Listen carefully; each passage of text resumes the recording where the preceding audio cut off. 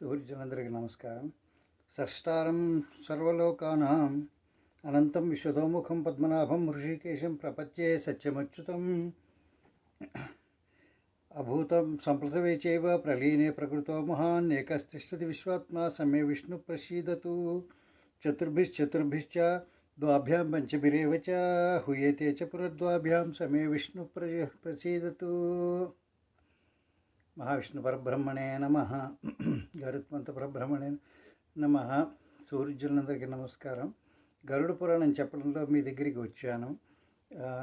గరుడ పురాణం చాలా ముఖ్యమైనది. ఇది ఉపోద్ఘాతంలో చెప్పాను. అయితే నాకు ఈ అన్ని అధ్యాయాల్లోకి కూడా గొప్పగా తోచిన అధ్యాయం ఏమిటంటే 16వ అధ్యాయం మోక్షధర్మ నిరూపణము. ఇది చదివితే చాలా బాగుంటుంది. అంచేత ముందు మీకు ఈ మోక్షధర్మ నిరూపణం అనేటటువంటి ఈ 16వ అధ్యాయాన్ని మీకు ముందు తీసుకొచ్చి ఆ తర్వాత మిగిలినవి చెప్దామనే ఉద్దేశంతో ముందు ఇది మీకు తీసుకొస్తున్నాను. ఇది వినండి. ఇది విన్న తర్వాత మిగిలిన అధ్యాయాలు కూడా రోజుకొకటి చొప్పున చేసి పెడతాను. గరుత్మంతుడు అడుగుతున్నాడు మహావిష్ణువుని. గరుడవాచ శ్రుతామయా దయా సింధు హ్యజ్ఞానా జీవ సంస్కృతి అధునా శ్రోతుమిచ్చామి మోక్షోపాయం సనాతనం. గరుత్మంతుడు అడిగాడు, మహానుభావ దయాసింధో, నీ దయవల్ల నేను ఇదంతా కూడా ఎవరికి తెలియనిదంతా నేను తెలుసుకోగలిగాను, ఇది జీవన సంస్కృతిని. అంటే ఇప్పుడు మోక్షోపాయాన్ని, మోక్షం ఎలా చెందుతామనే దాన్ని, సనాతనమైన ఉపాయాన్ని నీ ద్వారా వినాలని కోరుకుంటున్నాను. భగవన్ దేవదేవేశ శరణాగత వత్సల అసారే ఘోర సంసారే సర్వదుఃఖమలీమచే. ఓ భగవంతుడా, దేవతలకి దేవుడా, శరణాగతులకు వత్సలుడా, మహానుభావ, ఈ ఘోర సంసారం, ఇందులో సారమైన లేనిది, నిస్సారమైనటువంటిది, ఇదంతా కూడా సర్వదుఃఖాలకి లీనమైనటువంటిది. నానావిధ శరీరస్థ అనంత జీవరాశయ జాయంతే చిమ్రియంచేత తేషామంతో న విద్యతే.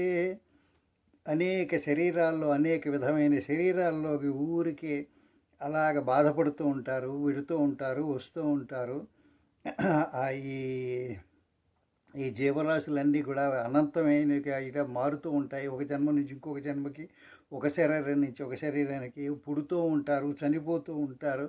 దానికి అంతమనేది ఎక్కడా కనపడదు. సదా దుఃఖాతురా ఏవా న సుఖీ విద్యతే క్వచిత్ కేనోపాయేన మోక్షేశాముచ్యంతే వదమే ప్రభో. ఎప్పుడు కూడా దుఃఖంతో ఆతురమైపోయి ఉంటారు. వాళ్ళకి సుఖం అనేదే తెలియదు అసలు. చేత ఓ మోక్షాన్ని ఇచ్చేటువంటి భగవంతుడా, ఏ ఉపాయంతో వాళ్ళకి ఈ జన్మ మృత్యు సైకిల్ నుంచి, ఈ పరంపర నుంచి విడుదల కలుగుతుంది అని. ఇక్కడ మనకి ఒక ముఖ్యమైన ప్రశ్నని చెప్పుకోవాలి. నేను ఆలోచించాను, బహుశా మీరు ఆలోచించి ఉంటారు, చాలామంది ఆలోచించారు, దానికి సమాధానం కూడా చెప్పారు. ఈ సృష్టి అంతా ఎందుకుంది? ఎందుకు పుడుతున్నాయి ఈ జంతువులన్నీ? ఈ వృక్షాలన్నీ ఎందుకున్నాయి? ఒకళ్ళనొకళ్ళు చంపుకోవడం, ఒకళ్ళొకళ్ళు పాడు చేసుకోవడం, ఏదో సుఖపడదామని ప్రయత్నించడం, డబ్బు అంతా తీసేసుకోవడం, దాన్ని ఏదో చేద్దామని ఈ ప్రయత్నం, ఈ బాధ ఎందుకు? అంతా అయిపోయాక మనం ఈ భూమి మీదకి ఎలా వస్తామో, బట్టలు లేకుండా నగ్నంగా వస్తాము. వెళ్ళిపోయినప్పుడు కూడా మన మీద బట్టలు కట్టి చితిమి పెట్టినా, బట్టలు కట్టి గోతులో పెట్టినా అవన్నీ పురుగులు తినేస్తే ఆఖరికి శరీరంతో ఏమీ తీసుకెళ్ళలేకుండానే వెళ్ళిపోతాము. ఎందుకు జరుగుతుంది ఇదంతా? దీనివల్ల ఏమిటి ఉపయోగం అని ఆలోచిస్తే ఏమీ కనపడదు, మనకి తెలియదు. అయితే జగన్నాటకము అంటారు దీన్ని పెద్దలు. చాలామంది నిర్ణయించారు ఇదంతా జగన్నాటకము. ఈ జగన్నాటకానికి అందరికీ సూత్రధారి అంటే డైరెక్టర్ భగవంతుడని. ఇప్పుడు మీరు ఒక నాటకం వేస్తున్నారు అనుకోండి, మీరు నాటకాలు చూసే ఉంటారు, కనీసం వేషాలు వేసినా వేయకపోయినా. చూస్తే స్టేజ్ మీదకి, మంచి థియేటర్లో స్టేజ్ మీదకి ఫ్లడ్ లైట్లు ఉంటాయి, ఆడియన్స్ మీద లైట్లు అన్నీ కట్టేస్తారు. ఎందుకంటే ఈ యాక్టర్స్కి కనపడకుండాను. యాక్టర్స్ కనపడితే వాళ్ళు డిస్టర్బ్ అవుతారు, అందుకని చెప్పి కడతారు. ఈ యాక్టర్ల మీద లైట్లు వేస్తారు. యాక్టర్ల మీద లైట్లు వేయడం వల్ల ఏంటంటే ప్రజలకి, చూసే వాళ్ళకి, ఆడియన్స్కి చక్కగా కనపడతారు. ఈ స్టేజ్ మీద ఉన్న యాక్టర్లకు ఎవరున్నారో తెలియదు. ఆడియన్స్లో, ఆడిటోరియంలో ఉన్న వాళ్ళందరికీ మాత్రం యాక్టర్లు తెలుసు. ఈ ఆడిటోరియంలోకి ఎందుకు వస్తున్నారు? వాళ్ళు డబ్బులు పెట్టి వినోదం పొందడానికి. ఎవరికి వినోదం కలిగిస్తున్నాం ఇక్కడ మనకి తెలియదు. మనం ఆడిటోరియంలో లేము, మన స్టేజ్ మీద ఉన్నాం. ఈ స్టేజ్ మీద ఉండి మనం వెళ్ళిపోతున్నాం. ఈ స్టేజ్ మీద ఉన్నప్పుడు యాక్టర్లకి వాళ్ళ డైలాగు, వాళ్ళ స్క్రిప్టు అంతా తెలుసు. అది వాళ్ళకి ఇచ్చి ముందు బట్టి పట్టించి పంపుతారు. ఎక్కడైనా మర్చిపోతే ప్రాంప్టింగ్ చేస్తూ ఉంటారు. మరి ఈ జగన్నాటకంలో స్క్రిప్ట్ భగవంతుడు ఇచ్చాడు. అదే వేదాల్లో ఉంది, శాస్త్రాల్లో ఉంది, పురాణాల్లో ఉంది, ఇతిహాసాల్లో ఉంది. మన డైలాగ్ ఏమిటో మనకి తెలుసు. మనం ఏ సిచ్యువేషన్లో ఎలా మాట్లాడాలో మనకి ఆ జ్ఞానం కలిగించాడు. అయితే అందరూ హీరోలు కారు. కొందరు విలన్లు ఉంటారు, కొందరు కమెడియన్లు ఉంటారు, కొందరు చిన్న చిన్న పాత్రధారులు ఉంటారు. సినిమాల్లోనూ నాటకాల్లోనూ ఉన్నట్టే. మనం సరిగా యాక్షన్ చేయకపోతే డైరెక్టర్ గారు ఎలా కోప్పడతాడో నాటకంలో స్టేజ్ మీద దిగ్గానే, ఇక్కడ కూడా భగవంతుడు అలాగే కోప్పడతాడు. భగవంతుడు కోప్పడి మన నరకాన్ని తీసుకెళ్తాడు. మంచిగా యాక్షన్ చేస్తే డైరెక్టర్ గారు మెచ్చుకుంటాడు, భగవంతుడు మెచ్చుకుంటాడు. మెచ్చుకుని మనకి సుఖాలు స్వర్గాల్లో కల్పిస్తాడు. ఇది మనకి తెలియదు. మన స్టేజ్ ఎక్కుతూ ఉంటాం, దిగుతూ ఉంటాం. స్టేజ్ ఎక్కగానే ఎక్కడి నుంచి వచ్చామో అన్నది మర్చిపోతాం. స్టేజ్ దిగ్గానే ఎక్కడి నుంచి వచ్చామో గుర్తొస్తుంది, ఎందుకు వచ్చామో గుర్తొస్తుంది. అప్పుడు ఏం చేయలేము. ఇది జగన్నాటకం. ఈ జగన్నాటకం నుంచి ఎలా బయటపడతారు యాక్టర్లు, ఈ నటులు అని అడుగుతున్నాడు గరుత్మంతుడు. చెప్తాడు దానికి మహావిష్ణువు. శ్రీ భగవానువాచ శృణుతాక్ష ప్రవక్ష్యామి యన్మాంతం పరిపృచ్ఛసి యస్య శ్రవణమార్తేన సంసారాన్ ముచ్యతే నరః. తాక్ష, గరుత్మంత, నువ్వు ఏదైతే చక్కగా అడిగావో దాన్ని నేను చెప్తాను, ప్రవచనం చేస్తాను, మంచిగా చెప్తాను. ఇది విన్నంత మాత్రానికి నరులకి సంసారం నుంచి, ఈ సైకిల్ నుంచి విముక్తి కలుగుతుంది అన్నాడు మహావిష్ణు. అసిదేవ పరబ్రహ్మస్వరూపి నిష్కళశ శివ సర్వజ్ఞ సర్వకర్త చ సర్వేశ నిర్మలో అద్వయ. ఒక భగవంతుడు ఉన్నాడు, పరబ్రహ్మస్వరూపి, నిర్మలమైనటువంటి చంద్రుల్లా ఉంటాడు. అన్నీ తెలిసినవాడు, సర్వజ్ఞుడు, సర్వకర్త, అన్నీ చేసేవాడు, సర్వేశ, అందరికీ భగవంతుడు, నిర్మలమైనవాడు, అద్వయుడు. అద్వైతము ఇక్కడ భగవంతుడు శ్రీ మహావిష్ణువు చెప్తున్నాడు. మన ద్వైత మతం, విశిష్టాద్వైత మతం చెప్పి ఇద్దరున్నారని చెప్పే వాళ్ళకి మహావిష్ణువు నమ్ముతారు, శివుడిని నమ్మరు. ఆయన చెప్తున్నాడు, శ్రీ మహావిష్ణువు చెప్తున్నాడు, అద్వయము, రెండు కాదు, ద్వంద్వం లేదు. స్వయం జ్యోతి అనాద్యంతో నిర్వికార పరాత్పర. ఆయన కాంతి స్వయం జ్యోతి, శ్రీ సూర్యుడిలాగా. అనాద్యంతో, అనాది, చాలా పురాతనమైన, అంతం లేదు, నిర్వికారం, ఆయనకి ఎటువంటి ఎమోషన్లు లేవు, పరాత్పరుడు, పరులకి పరుడు అంటే గొప్పవాడు, దేవతలకి దేవుడు. నిర్గుణ సచ్చిదానంద సదంశాజ్యేవ సంజ్ఞక అనాద్య విద్యోపహితాధ్య ఆగ్నౌ విశ్వలింగక. నిర్గుణుడు, సచ్చిత్ ఆనందుడు, సత్తు చిత్తు ఆనందాన్ని కలిగిస్తాడు ఆయన. అన్ని జీవాల్లోనూ సంజ్ఞ ఆయన నుంచే వస్తుంది. ఆయనకి అంతము మొదట లేదు. అది ఆయన నిప్పులా మండిపోతూ ఉంటాడు. దేహాద్యుపాధి సంభిర్నాస్తి కర్మభి రణాదిభి. దేహము, ఉపాధి ఇవన్నీ ఆయన ద్వారానే వస్తాయి. ఆయన మొదటివాడు. సుఖదుఖ ప్రదయ పుణ్య పాపయ రూపైర్నియంత్రిత తజ్జాయతి దేహం మాయుర్భోగం చ కర్మజం. ఆయన సుఖాన్ని ఇచ్చేవాడు, దుఃఖాన్ని ఇచ్చేవాడు ఆయనే. పుణ్యానికి పాపానికి రూపము అయినవాడు కూడా ఆయనే. ఆయనే ఎవరు పుట్టుకని బట్టి వాళ్ళకి దేహము, ఆరోగ్యము, భోగము ఇవన్నీ కూడా కర్మని బట్టి ఇస్తాడు. ఎవరికైనా సరే దేహము, ఆయువు, భోగము ఇవన్నీ కూడా కర్మ నుంచి వస్తాయి. భగవంతుడు చెప్పాడు, నేనేం ఇచ్చేది లేదు, తెచ్చేది లేదు, నీ కర్మ ఫలితాన్ని నీకు ఇస్తాను. మన కర్మ ఫలితమే మనకు వస్తుంది. మనం ఏం చేసుకున్నాం, ఈ జన్మలో ఈ పుట్టుక ఎలా వస్తుంది, కిందటి జన్మలో చేసినటువంటి కర్మల వల్ల ఈ పుట్టుక వస్తుంది. ఈ జన్మలో చేసిన కర్మల వల్ల వచ్చే జన్మ వస్తుంది. అంచేతి కర్మలు సరిగా చేసుకోవాలి, లేకపోతే లేదు. ప్రతి జన్మ ప్రపద్యంతే తేషామపి పరం పునః సుసూక్ష్మలింగ శారీర మామోక్ష లక్షణం ఖగా. జీవులు అలాగ ప్రతి జన్మ పొందుతూ ఉంటారు, తిరిగి పొందుతూ ఉంటారు. అది ఎలాంటిది, ముందు చిన్న చిన్న జన్మలు వస్తాయి, సుసూక్ష్మం, అన్నింటిలోకి చాలా చిన్నదంటే బ్యాక్టీరియా, వైరస్ అటువంటిది వస్తాయి. వచ్చిన తర్వాత స్థావర క్రమయశ్చాజ పక్షిణ పశువో నర ధార్మిక స్త్రీదశాస్తద్వా నోక్షిణశ్చ యథాక్రమం. యథాక్రమం క్రమంగా వస్తాయి. ఏమొస్తాయి? మొట్టమొదటి స్థావరాలు. స్థావరాలంటే వృక్షాలు, గడ్డి. కదలలేవు అవి. వాటికి ఎక్కడ కదలిక ఉండదు, కానీ ప్రాణులే అవి.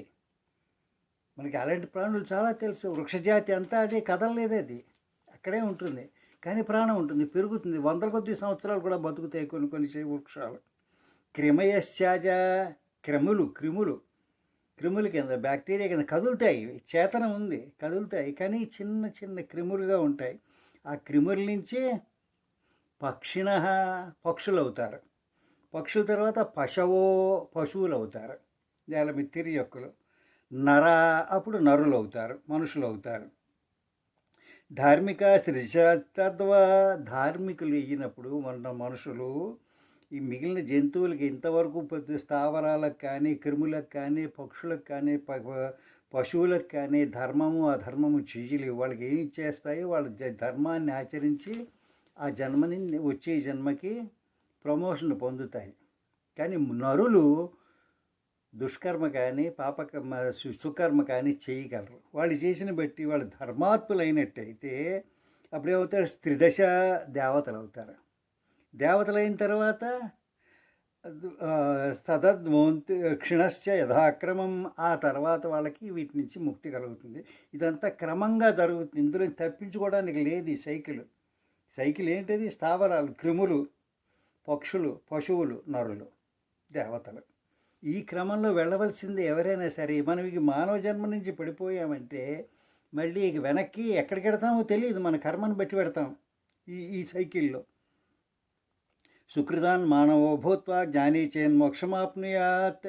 మానవులు చేసుకున్న సుకృతమైనటువంటి సుకృతకర్మలు, మంచి కర్మలు చేసుకున్నట్టయితే, జ్ఞానం తెచ్చుకున్నట్టయితే, జ్ఞానిని అయ్యాక అప్పుడు మోక్షం వస్తుంది. జ్ఞాని లోకముందు మోక్షం రాదు. అదే చెప్తున్నాడు. 84 లక్షేషు శరీరేషు శరీరిణాం నమానుషం వినా అన్యత్ర తత్వజ్ఞానంతు లభ్యతే.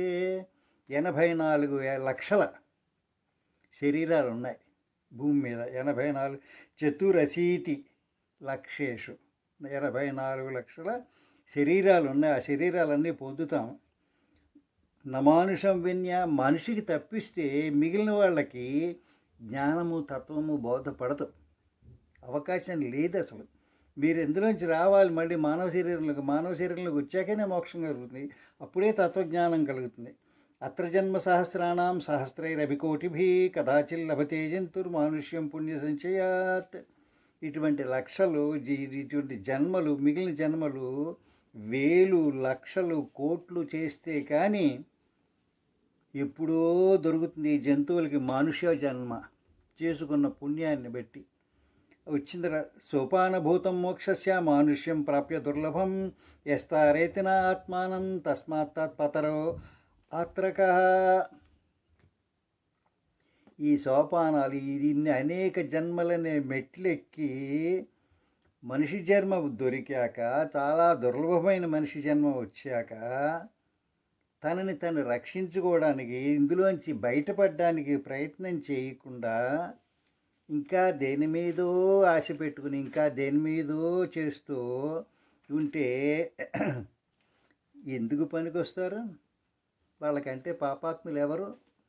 మానవ జన్మ ఎత్తి వాళ్ళకి ఇచ్చిన డ్యూటీ చెయ్యకుండా ఇంకా ఈ జన్మం, మృత్యువు పునర్జన్మ ఈ సైకిల్లోనే విడిపోతుంటే మానవులకి ఎలాగా? వాళ్ళకంటే పాపాత్ములు ఎవరు? వాళ్ళకంటే మూర్ఖులు ఎవరు? ఎంతమంది తెలుసుకుంటున్నారు? ఈ సైకిల్లోంచి బయటపడదామనేటువంటి ఉద్దేశం ఎంతమందికి వస్తుంది? ఇక్కడ ఎందుకున్నామనే ప్రశ్న కూడా ఎవరికి రావట్లేదే. నరప్రాప్యోత్తమం జన్మ లబ్ధాచేంద్రియ సౌష్ఠవం నవేత్యాత్మహితం యస్తు న భయవేదాత్మఘాతక. నరజన్మ దొరికాక అందులో కూడా ఇంద్రియాలన్నీ సుష్టుగా బలంగా శుభ్రంగా ఉన్నాక ఆత్మను గురించి తెలుసుకోకుండా, ఆత్మకు మంచిదేదో తెలుసుకోకుండా ఆత్మనే కొట్టుకునే వాళ్ళు ఉంటే వాళ్ళు ఎలా బతుకుతారు? ఎలా పైకి వస్తారు ఈ సర్కిల్లోంచి అని చెప్తున్నాడు. వినా దేహిన కశ్యాపి పురుషార్థో న విద్యతే తస్మాత్ దేహం ధనం రక్షేత్ పుణ్యకర్మాణి సాధయేత్. ఈ దేహం లేకుండా పురుషార్థం సాధించడానికి ఎటువంటి అవకాశము లేదు, వీలు లేదు. అంచేత ఆ దేహం అనే ధనాన్ని ఎలా రక్షించుకోవాలి? పుణ్యకర్మాణి సాధయే, పుణ్యకర్మలతోటి సాధించుకోవాలి ఈ దేహరక్షణని. రక్షేత్ సర్వదా ఆత్మానామాత్మా సర్వస్య భాజనం రక్షణే యత్నమాత్తిష్టే జీవన్ భద్రాన్ని పశ్యతి. అంచేత అన్ని విధాలుగా అన్ని ప్రయత్నాలుగా మన శరీరాన్ని జాగ్రత్తగా రక్షించుకోవాలి. రక్షించుకుంటూ ఎలా రక్షించుకోగలరు? సుకర్మ వల్లే రక్షించుకోగలరు, దుష్కర్మ వల్ల రక్షించుకోలేరు. శరీరం పడిపోతుంది. ఎలా పడిపోతుందో తర్వాత చెప్తారు. అన్నింటికీ కూడా ఈ శరీరమే సాధనము. రక్షణయత్నమాతిష్టే జీవన్ భద్రాన్ని పశ్యతి. జీవాన్ని జాగ్రత్తగా భద్రంగా పెట్టుకోవాలి, జాగ్రత్తగా ఉంచుకోవాలి. పునఃగ్రామ పునఃక్షేత్రం పునర్విత్తం పునర్గృహం పునఃశుభాశుభం కర్మ నశీరం పునః. పోతే గ్రామం వస్తుంది, మళ్ళీ దొరుకుతుంది. పొలం పోతే మళ్ళీ పొలం దొరుకుతుంది. ధనం పోతే మళ్ళీ ధనం సంపాదించుకోవచ్చు. ఇల్లు పోతే ఇంకో ఇల్లు సంపాదించుకోవచ్చు. శుభకర్మలు అశుభకర్మలు మళ్ళీ మళ్ళీ మళ్ళీ చెయ్యొచ్చును. శరీరం పునః. ఈ మానవ శరీరం పడిపోతే ఇక మళ్ళీ శరీరం దొరకదు. అంచే చాలా జాగ్రత్తగా రక్షించుకోవాలి. శరీర రక్షణోపాయ క్రియంతే సర్వదా బుధై నేచ్ఛంతి చ పునఃత్యాగమపి కుష్ఠాది రోగిణ. శరీరాన్ని జాగ్రత్తగా రక్షించుకోవాలి. దానికి ఏం ఉపాయాలు కావాలో చెయ్యాలి, దానికి కావాల్సిందంతా చెయ్యాలి. దానికి పనులు కూడా వైద్యం చేయించుకోవాలి. తప్పితే రోగం వస్తేను. అందుకే కుష్ఠరోగం అటువంటి భరించలేని రోగాలు వచ్చినా కూడా శరీరాన్ని పడేసుకోకూడదు. ఎందుకంటే ఆత్మహత్య అనేది పనికిరాదు. ఈ శరీరం ఉంటేనే ఏమైనా చేయగలరు. మీ కుష్ఠరోగం ఉన్నా మీరు చేయగలిగిన మంచి పని చేయండి. ఎంత పని చేయగలిగితే అంత మంచి పని చేయండి, సుకృతాలు చేయండి. తద్గోపితం స్యాద్ధర్మార్థం ధర్మో జ్ఞానార్థమేవ చ జ్ఞానంతు ధ్యానయోగార్థమచిరాత్ ప్రవిముచ్యతే. ఆ శరీరాన్ని జాగ్రత్తగా రక్షించుకొని దానితోటి అర్థాన్ని సాధించుకోండి. దాని తర్వాత ధర్మంతో జ్ఞానాన్ని పోగేసుకోండి. జ్ఞానంతో ధ్యానయోగాన్ని సంపాదించండి. అప్పుడు ఈ శరీరం నుంచి, సైకిల్ నుంచి, ఈ శరీరం కాకపోతే ఇంకో శరీరం నుంచి మీరు విముచ్యతే, బయటపడగలరు. అత్రైవేదినాత్మానామైతేభ్యో నివారయేత్ కో అన్యో హితకర్త తస్మాదాత్మానం తారయిష్యతి. అంచేత మీరు వాటినే ఉంచుకోవాలి. ఆ శరీరంతో మీరు అన్నీ చేసుకోగలుగుతారు ఈ భూమి మీద. అందుకని మీకు హితం కోసం అని చెప్పి మీ శరీరాన్ని జాగ్రత్తగా అట్టే పెట్టుకోండి. ఇహైవ నరకవ్యాధే చికిత్సాం న కరోతి యః గత్వా నిరౌషధం దేశం వ్యాధిస్థ కిం కరిష్యసి. నరకం అనేటటువంటి వ్యాధికి ఈ భూమి మీద చికిత్స చేసుకోవడానికి వీలవుతుంది. ఇక్కడ చేసుకోవడానికి చికిత్స వీలు కాకపోతే ఇంక మీకు మళ్ళీ నరకంలో పడిపోతారు, మీకు కుదరదు. అంచేత ఈ నరకం అనే వ్యాధికి ఔషధం, సుకర్మల ఔషధం, మంచి కర్మలు, మీ జ్ఞానమే దీనికి ఔషధం. ఆ ఔషధాన్ని మీరు వాడుకోకుండా ఆ వ్యాధిని పెంచుకోకుంటే ఇంకేం చేస్తారు? వ్యాఘ్రీవాస్తే జరాచాయు వ్యాధి భిన్న ఘంటాంబువత్ నిఘ్రంతి రిపువద్రోగ తస్మాత్ శ్రేయస్సమభ్యసేత్. పగిలిపోయిన కుండలో నీళ్లు నిలుస్తాయా? నిలవు. ముసలితనమైనటువంటి పులి వచ్చేస్తోంది. మనకి రోగాలతోటి మన అంతటినీ పాడు చేసినట్టు మాంసం మొత్తం తినేయడానికి. ఈ శరీరం అంతా మాంసం ముద్దే కదా, ఎముకలు, మాంసం, అస్థి ఇవే కదా ఉన్నది ఇందులో. దాన్ని ముసలితనం అనే పెద్ద పులి వచ్చేస్తుంది తినేయడానికి. మన ప్రాణాలు పగిలిపోయిన కుండలో నీళ్లు నిలవకుండా ఎలా ఉంటాయి అలా వెళ్ళిపోతాయి. ఆ రోగాలన్నీ ఎంచేత మనం జాగ్రత్తగా చూసుకోవాలి.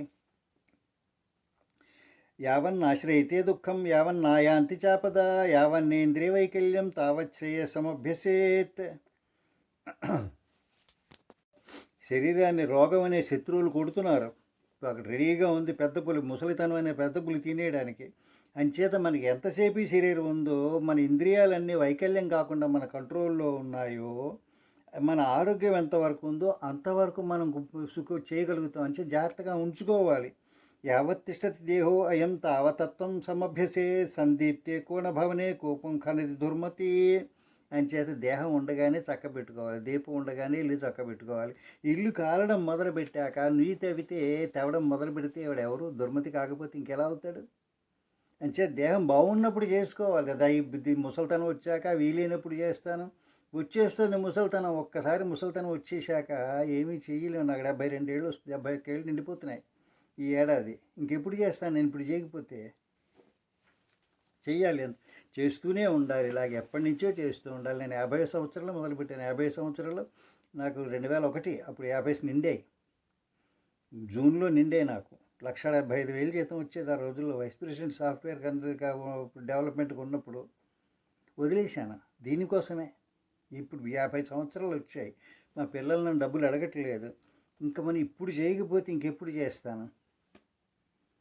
అంతవరకు జపాలు తపాలు పూజ చేసేవాడిని, ఏదో రోజు ప్రార్థన చేయకుండా ఎప్పుడు వెళ్ళలేదు, కానీ సంతృప్తిగా చేయలేదు. హడావిడిగా పరిగెత్తాలి, ఆఫీస్ టైం అయిపోతుంది అనేటటువంటి దాంతో పరిగెత్తాలి. అందుకని 51 2001లో అప్పుడు 1,75,000, ఇప్పుడు 1,75,000 కాదు, అప్పుడు చాలా తక్కువ మందికి వచ్చేది. వదిలేశాను నేను. వదిలేసి సెప్టెంబర్లో ఆగస్టులో వదిలేశాను. సెప్టెంబర్లో వచ్చేసి మళ్ళీ ఇదంతా మొదలుపెట్టాను. అప్పటి నుంచి నేర్చుకుంటున్నాను. అప్పటి నుంచి రెగ్యులర్గా శుభ్రంగా చేస్తున్నాను. 3 పూట్ల సంధ్యావందనం చేయడం అది మొదలుపెట్టాను. ఇప్పుడు చేయకపోతే ఇంకెప్పుడు చేస్తాం?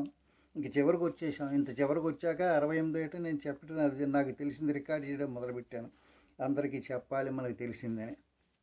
ఏదో 200-300 మంది చూస్తున్నారు.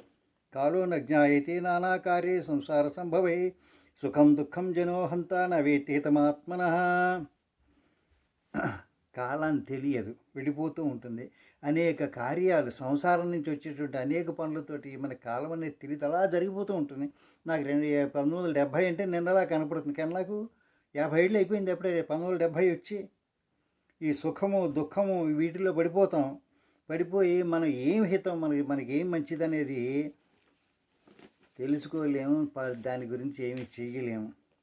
జాతా నార్తాన్ మృత నాపద్గ్రస్తాన దృష్ట్వాచ దుఃఖితాన్ లోకో మోహాసురాం పీత్వా నా బిభేతి కదాచన. అన్నీ వెళ్ళిపోతాయి. భూమి తగలబడిపోతుంది, మేరు పర్వతం కరిగిపోతుంది, అన్నీ వెళ్ళిపోతూ ఉంటాయి. ఈ మోహం అనే కళ్ళు తాగేస్తాం మనం. మోహాసురాం పీత్వా, మోహం అనేటటువంటి సురని తాగేసి భయపడం. మనకి తెలియదు, అంతా మన చేతిలో ఉంది, మనం చేసుకుంటామని అనుకుంటూ ఉంటాం. ఇదంతా మనకి కాదు, ఇది వెళ్ళిపోతుంది మనకి. సంపద స్వప్న సంకాశ యవనం కుసుమోపమం చపలమాయుష్యం కశాచ జ్ఞానతో ధృతి. వచ్చిన సంపద ఒక స్వప్నం లాంటిది, యవనం ఒక కుసుమం లాంటిది, ఒక పువ్వు లాంటిది. పువ్వు ఎంతకాలం ఉంటుందండి? ఎంత మంచి పువ్వు అయినా రోజు ఉంటుంది, 2 రోజులు ఉంటుంది, వాడిపోతుంది కదా. తర్వాత రేఖలు ఊడిపోతాయి, అయిపోతుంది. అటువంటిది మన యవ్వనం మీకు 15 ఏటో 16 ఏటో వస్తుంది. 45 సంవత్సరాలు వచ్చేటప్పుడు సగం తగ్గిపోతుంది. 60 వచ్చేటప్పటికి 80% తగ్గిపోతుంది. ఏముంటుంది మీకు? యవ్వనం ఎక్కువ కాలం ఉండదు. యవ్వనంలో చేసుకోవాల్సిన పనులు ఏమిటి? అనుభవించడమా, తాగడమా, తందనాలు ఆడడమా, సినిమాలు చూడడమా, వెయ్యడమా, పాలిటిక్స్లో చేరి పదవిని ఆక్రమించుకోవాలనేటువంటి దీంట్లో పడడమా?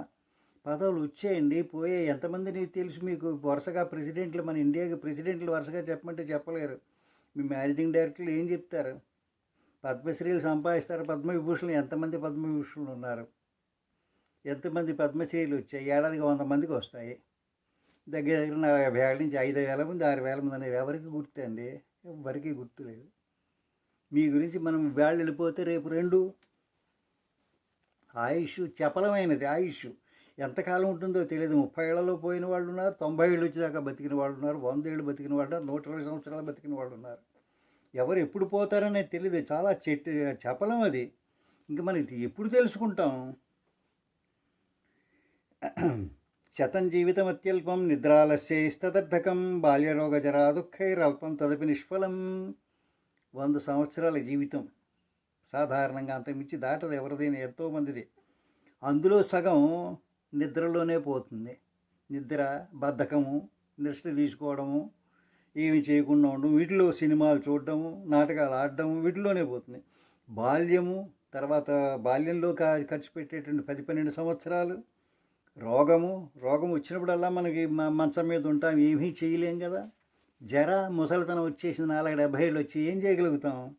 ఏం చేయలేరు. అవన్నీ పోగా అవి కూడా నిష్ఫలమైపోతాయి. వాటిలో ఏమీ చెయ్యలేం మనం. మిగిలింది ఎంత? మీ జీవితం. ప్రారబ్ధవ్యే నిరుద్యోగో జాగర్తవ్యే ప్రసుప్తక విశ్వస్తవ్యో భయస్థానే హానరక్కో నహన్యతే. ప్రారబ్ధాన్ని గురించి మనం ఏం చెయ్యం, ఏమి పడట్లేదు. మెలకుగా ఉండి కూడా నిద్రపోతూ ఉంటాం మన జ్ఞానాన్ని సంపాదించడంలో. భయం గురించి ఉంటాము. మనకి ఈ చింత మనకి ఎప్పుడూ కూడా ఈ మన మీద ఉండదు, సంసారం మీద ఉంటుంది. భయస్థానం విశ్వస్తవ్యో భయస్థానే, భయమిస్థానం ఏది? సంసారము. ఈ మరి నరుడు చంపబడకుండా ఎలా ఉంటాడు? మళ్ళీ ఇంకో జన్మలో పెట్టబడకుండా ఎలా ఉంటాడు? యమధర్మరాజు చేత తప్పదు కదా. తోయఫేన సమే దేహే జీవేన అక్రమ్య సంచితే అనిత్యే ప్రీ సంవాసే కథం తిష్టతి నిర్భయ. తోయఫేన సమే దేహే, ఈ దేహం ఎలాంటిది? నీటి మీద వచ్చేటటువంటి నురగ లాంటిది. ఎంతసేపు ఉంటుంది? నీటి మీద వచ్చే బుడగ, బుద్భుతప్రాయం అంటారు. అందుకే ఇది ఇలా ఉన్నప్పుడు ఇది అనిత్యమైనది. మనం దీని మీద ప్రేమ పెట్టుకుని నిర్భయంగా ఎలా ఉంటాం? ఎలా ఉంటారు ప్రజనులు? అహితే హిత సంజ్ఞస్య దధ్రువే ధ్రువ సంజ్ఞక అనర్థే చార్థ విజ్ఞాన స్వమర్థం యోన వేత్తి సహా. ఇది ధ్రువం కాదు, ఈ శరీరం శాశ్వతం కాదు, ఈ బతుకు శాశ్వతం కాదు, దీన్నే ధ్రువం, ఇదే శాశ్వతం ఎలా అనుకుంటాం? ధ్రువ సంజ్ఞ ఎలా ఉంటాం? ఇది అలాగే అనర్థేచార్థ విజ్ఞాన, అనర్థమైన దానిని అర్థమైన దాని కింద అలా అనుకుంటాం. డబ్బు సంపాదన మీదే ఉంటుంది అందరికీ. ఎవరు నేను కదల్చండి, డబ్బు డబ్బు డబ్బు డబ్బు అంటూ ఉంటారు. ఎంత డబ్బున్నా సరిపోదు. చూస్తూ ఉంటాం పేపర్లో 2000 కోట్లు దొంగతనం చేసేసారు, ఏదో ఆ కంపెనీని ఈ కంపెనీని ముంచేసి. 2000 కోట్లు ఎందుకండి? ఏం చేసుకుంటారు? ₹1 సంతృప్తి పడరా? ఎప్పుడు సంతృప్తి పడతారు? 2000 కోట్లు, 1,80,000 కోట్లు. ఎందుకని ఎన్ని కోట్లు మీకు? ఏం చేసుకుంటారు? పట్టుకెళ్తారా? మీరు ఎంత భోజనం చేసినా ₹5,000 భోజనం కంటే ఇండియాలో ఎక్కడ లేదే. ఎందుకు 2,000 కోట్లు? అందుకు మోసం చేయడం ఎందుకు? జైల్లో కూర్చోవడం ఎందుకు? ఇంకొకరిని ఏడిపించడం ఎందుకు? అర్థం లేదా? పశ్యన్య విప్రస్ఖలతి శృణ్వన్నపిన బుజ్జతి పఠన్నపిన జానాతి దేవమాయా విమోహిత. చూసినప్పటికీ కూడా చూసుకోలేకపోతున్నారు. చూసినప్పటికీ తెలియట్లేదు. ప్రసన్నపి చూసినప్పటికీ కూడా మిగిలిన వాళ్ళని చూస్తున్నారు. ఎంతోమంది జైలుకి వెళ్ళారు, అయినా కానీ ఆర్థిక నేరస్తులు వస్తూనే ఉంటారు కదా. వాడి పారిపోయాడు, వీడి పారిపోయాడు, వాడు బ్యాంకుకి ఎగ్గొట్టాడు, వీళ్ళని ఈడీ పట్టుకుంది, వాళ్ళని ఇంకొకళ్ళు ఎవరో పట్టుకుంది. చూసినప్పటికీ అది మనకు కాదులే, వాళ్ళకి. మనకి చాలా పెద్దవాళ్ళు తెలుసు. పెద్దవాళ్ళు ఏమీ ఆపలేరు టైం వచ్చినప్పుడు. చాలామంది పెద్దలు, బిల్ గేట్స్ పక్కన కూర్చున్న ఆయన జైల్లో 2 ఏళ్ళు ఉన్నాడు. క్లింటన్ గారి దగ్గర వెళ్ళిన వాడు 2 ఏళ్ళు ఉన్నాడు. మొత్తం అందరూ ఎవరెవరైతే పెద్దలు ఉన్నారో వాళ్ళందరితోటి భుజాలు రాసు తిరిగిన వాళ్ళు జైల్లో ఉన్నారు. వెళ్ళారు, వచ్చారు. ఏం లాభం? రోజు పేపర్లో వాళ్ళ న్యూసే. విన్నప్పటికీ తెలుసుకోట, చూసినప్పటికీ తెలుసుకోడు, విన్నప్పటికీ శృణ్వన్నపిన బుజ్జతి పఠన్నపిన జానాతి. చదువుకున్నప్పటికీ కూడా తెలియదండి. మహాభారతం చదువుకోరు, చదివినది తెలియదు. చెప్తే వెధవ కామెంట్లన్నీ పెడుతూ ఉంటారు యూట్యూబ్లో. అవన్నీ యూట్యూబ్లోనే పెడతాను. అందులో చెత్త చెత్త కామెంట్లు వస్తాయి. అక్కడికి నేను నా సొంతంగా ఏమీ చెప్పను. ఎక్కడైనా శాస్త్రంలో ఉన్నది మాత్రమే చెప్తాను. అయినప్పటికీ కూడా మీరు ఎలా అంటున్నారు, ఇలా అంటున్నారు. నేనెందుకు అంటానండి? నేనెవరిని అనడానికి? నాకు ఏం తెలుసని. శాస్త్రంలో ఉన్నది మాత్రమే చెప్తాను. ఇది కూడా వ్యాస మహర్షి రాసింది, ఎవరో నిన్న మొన్న రాసినది కాదు. దేవమాయా విమోహిత. ఇదంతా మాయలో పడిపోతుంటారు, దీంతో మోహంలో పడిపోతారు, అంతేగాని తెలుసుకోరు. తన్ని మధ్య జగదిదం గంభీరే కాలసాగరే మృత్యుయోగ జరాగ్రాహే న కశ్చిద్ విబుధ్యతే. ఈ కాలం అనేది ఎట్లాంటిది? మహాసాగరం. ఆ సాగరంలో మునిగిపోతాం. ఎటువంటి అందులో మొసళ్ళు ఉన్నాయి. ఏమిటా మొసళ్ళు? మృత్యువు, రోగము, జర. మృత్యువు, రోగము, జర. జర అంటే ముసలిది, ముసలితనం. ఇవన్నీ కూడా మన మొసళ్ళ పట్టేసుకుంటూ ఉంటాయి. అయినప్పటికీ తెలుసుకో. ఎన్నోసార్లు హాస్పిటల్లో చేరి బయటకు వచ్చి ఇంకా వేషాలు వేస్తూ ఉంటారు. హాస్పిటల్ నుంచి రావడమే తరువాయి మొదలు పెట్టేస్తారు. వాడి మీ పాలిటిక్స్ పెట్టేసి, వీడి మీ పాలిటిక్స్ పెట్టేసి, మనం మంచివాళ్ళం అనిపించుకోవాలి. మనం మంచివాడు, మనుషుల చేత మీరు ఎంత మంచివాళ్ళు అనిపించుకున్నా ఇటువంటి ఉపయోగం లేదండి. భగవంతుడి చేత అనిపించుకోవాలి. మీరు స్పీచ్ ఇస్తుంటే, ప్రవచనం చెప్తుంటే 1,00,000 మంది తప్పట్లు కొట్టిన దానివల్ల ఉపయోగం లేదు. ఒక్క భగవంతుడు తప్పట్లు కొడితే చాలు. దీనికి తప్పుడు మాటలు చెప్పేవాళ్ళు కూడా ఎంతోమంది తయారైపోయారు. వినవలసి వస్తుంది, వింటున్నారు, తప్పట్లు కొడుతున్నారు. మీకు నచ్చింది కాదండి వినడము. పిల్లలకి పంచదార, స్వీట్లు, జిలేబీ తినమంటే ఆనందంగా ఉంటుంది. కాకరకాయ తినమంటే ఆనందంగా ఉంటుందా? కానీ మీకు ఆరోగ్యం చేకూరేది కాకరకాయతోటి, జిలేబీతో కాదు. జిలేబీతో అనారోగ్యం చేకూరుతుంది. అది తెలుసుకోవట్లేదు. ప్రతిక్షణమయం కాలాహ క్షీయమాణో న లక్ష్యతే. ప్రతి క్షణం కూడా కాలం క్షీణించిపోతూ ఉంటుంది. దాని మీద లక్ష్యం ఎవరు పెట్టట్లేదు. ఇవాళ రోజు గడిచిపోయింది అనుకుంటాం, కానీ రోజు ఒక ఆయుష్ తగ్గిపోయింది అనుకో. ఆమకుంభైవాంభస్తో విశీర్ణో న విభావ్యతే. ఆమకుంభ కాల్చనటువంటి పచ్చికుండ. ఈ పచ్చికుండలో నీళ్లు పోస్తే ఉంటుందా? ఆ మట్టి కరిగిపోతుంది, విడిపోతుంది బయటకు నీరు. మన శరీరం కూడా అలాగే వెళ్ళిపోతుంటుంది. మన శరీరం కూడా కాల్చనదే. దీన్ని కాల్చాలి మనం. ఈ పచ్చికుండని అనే శరీరాన్ని మనం కాల్చుకోవాలి, మళ్ళీ పడకూడదు. ఇంకా యజితే వేష్టనం వాయురాకాశస్య ఖండనం గ్రథనంచ తరంగాణం ఆస్థానాయుషి యుజ్యతే. మీరు చేయొచ్చును ఎవరి చోట్ల వాయురాకాశస్య ఖండనం. ఆకాశాన్ని ఖండించవచ్చు, గాలిని ఆపేసేయచ్చు, అరికట్టచ్చు. సముద్రం మీద ఉన్నటువంటి అలల్ని పట్టుకోవచ్చు. కానీ పోయే ఆయుష్ని ఎవ్వరూ పట్టుకోలేరు. ఎప్పుడైతే పుట్టామో తన చావు అప్పుడే సిద్ధమైపోయింది. జాతస్య హి ధ్రువో మృత్యువు. పుట్టగానే మన మరణం నిశ్చయమైంది.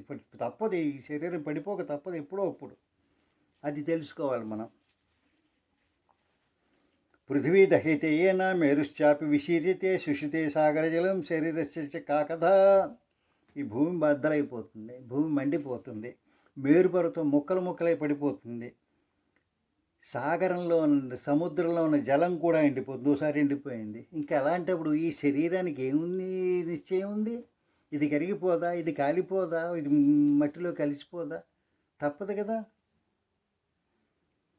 అపత్యం మే కళత్రం మే ధనం మే బాంధవాశ్చ మే జల్పంత మితిమత్యాజం హంతికాల వృకోబలాత్. ఈ కొడుకు నావాడు, ఇది నా భార్య, ఈ ధనం నాది, వీళ్ళందరూ నా బంధువులు, నా స్నేహితులు అని మనుషులు సంతోషపడిపోతూ ఉంటారు. హంతికాల వృకోబలాత్. కాలం ఒక తోడేళ్ళ వచ్చి చంపేస్తుంది. తోడేలు ఎదురు నుంచి అటాక్ చేయదు, వెనకాల నుంచి అటాక్ చేస్తే మనకి ఎప్పుడు ఏమరపాటుగా ఉన్నప్పుడు అటాక్ చేస్తుంది తోడేలు. కాలం కూడా మనం ఏమరపాటుగా ఉండి అంతా బాగుంది అనుకున్నాక సడన్గా వింటాం చనిపోయాడు ఫలానా వాడని. అలా అయిపోతుంది. ఇదం కృతం ఇదం కార్యం ఇదం మన్యాత్ కృతాకృతం ఏవ మిహా సమాయుక్తం కృతాంత కృతే వశం. ఇదిగో ఇది చేయవలసిన పని, ఇదిగో ఇది నేను చెయ్యాలి, ఇది ఇంకా చేయవలసిన పని, చేయకూడని పని ఇంకా మిగిలిపోయి ఉన్నాయి. ఇలాగ ఊరికే ఉంటాం, కాలానికి వశమై విడిపోతాం, ఇంకా చేయవలసిందే. అందుకని ఏం చేయాలి? స్వకార్య మధ్య కుర్వీత పూర్వాహ్నే చాపరాహ్నికం నహి మృత్యు ప్రతీక్షేత కృతం వాప్యథవా కృతం. రేపటి పనిని ఈరోజే చెయ్యాలి, మధ్యాహ్నం పని ఉదయం చేసేయాలి. మృత్యు మన గురించి ప్రతీక్షించదు. మనం పని ఆగిపోయింది, మిగిలిపోయింది అన్న దాని గురించి ఆగదది. సత్కార్యం చేస్తుంటే ఆగుతుంది. మీరు యజ్ఞం చేస్తుంటే యజ్ఞం అయ్యేదాకా ఆగుతుంది, యజ్ఞం మధ్యలో ఎవరు పోరు. ఏదైనా మంచి పని చేస్తుంటే తప్పనిసరిగా ఆగుతుంది. మంచి పని అంటే మీకు ప్రభుత్వం వారు బిరుదులు ఇచ్చేవి అవి కావండి, మీరు డబ్బులు సంపాదించుకునేది కాదు. మంచి కార్యానికి ఏం కార్యం చెయ్యాలి అనే దానికి నేను చాలా వీడియోలు పెట్టాను. మహాభారతంలో ఉంది, చక్కగా అన్నీ చెప్పాడు శ్రీ. ఎంతమంది చెప్పించారండి మహాభారతంలో. అది ఒక మహాగ్రంథం. అది దాన్ని చదవడం మీరు ఎంతసేపు కథని దుర్యోధనుడు చచ్చిపోగానే ఆపేస్తుంటారు. దుర్యోధనుడు చచ్చిపోయాక 6 ఖండ పర్వాలు ఉన్నాయి, అందులో ఉంది, శాంతి పర్వంలో ఉంది, ఎంతో ఉంది. ఎవరు చెప్పారు? భీష్మ పితామహుడు చెప్పాడు, శ్రీకృష్ణ పరమాత్ముడు చెప్పాడు, మార్కండేయుడు చెప్పాడు, శివుడు చెప్పాడు, అన్నీ పార్వతీదేవి చెప్పింది, శ్రీకృష్ణమూర్తి చెప్పాడు, తులాధారుడు అనేటువంటి ఒక వైశ్యుడు చెప్పాడు, అలాగే ధర్మవ్యాధుడు అనే ఒక శూద్రుడు చెప్పాడు, విదురుడు చెప్పాడు. ఎన్నో నీతులు ఉన్నాయి, అవన్నీ చేయండి, ఏమేం పనులు చేయాలని వాళ్ళు శుభ్రంగా చెప్పారు అక్కడ. చదవండి, నేర్చుకోండి. మీరు చెప్పడం కథలు దుర్యోధనుడు ఏం చేశాడు, దుర్యోధనుడిది న్యాయమా, కర్ణుడు గొప్పవాడా, ధర్మరాజు గొప్పవాడా, అది అది అనవసరం. అది చాలా లేహ్యం, అది సూక్ష్మం, అవి పెద్ద పనికొచ్చేవి కాదు.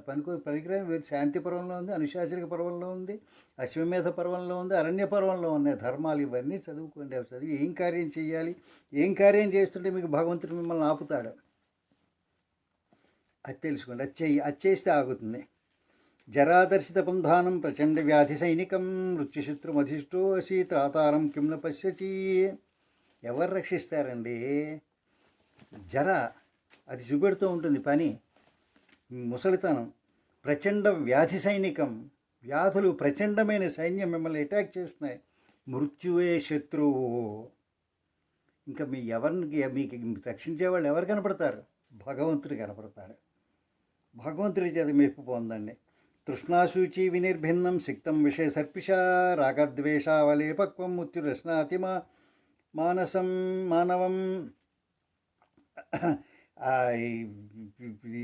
ఇవన్నీ ఉన్నాయి. ఇవి ముసల్తనం అనే ప్రచండమైన వ్యాధి, అది దాన్ని పట్టుకున్నాడు. మనకి తృష్ణాసూచి, తృష్ణ అనేటువంటి ముళ్ళు, దాంతో మనని గుచ్చుతున్నారు.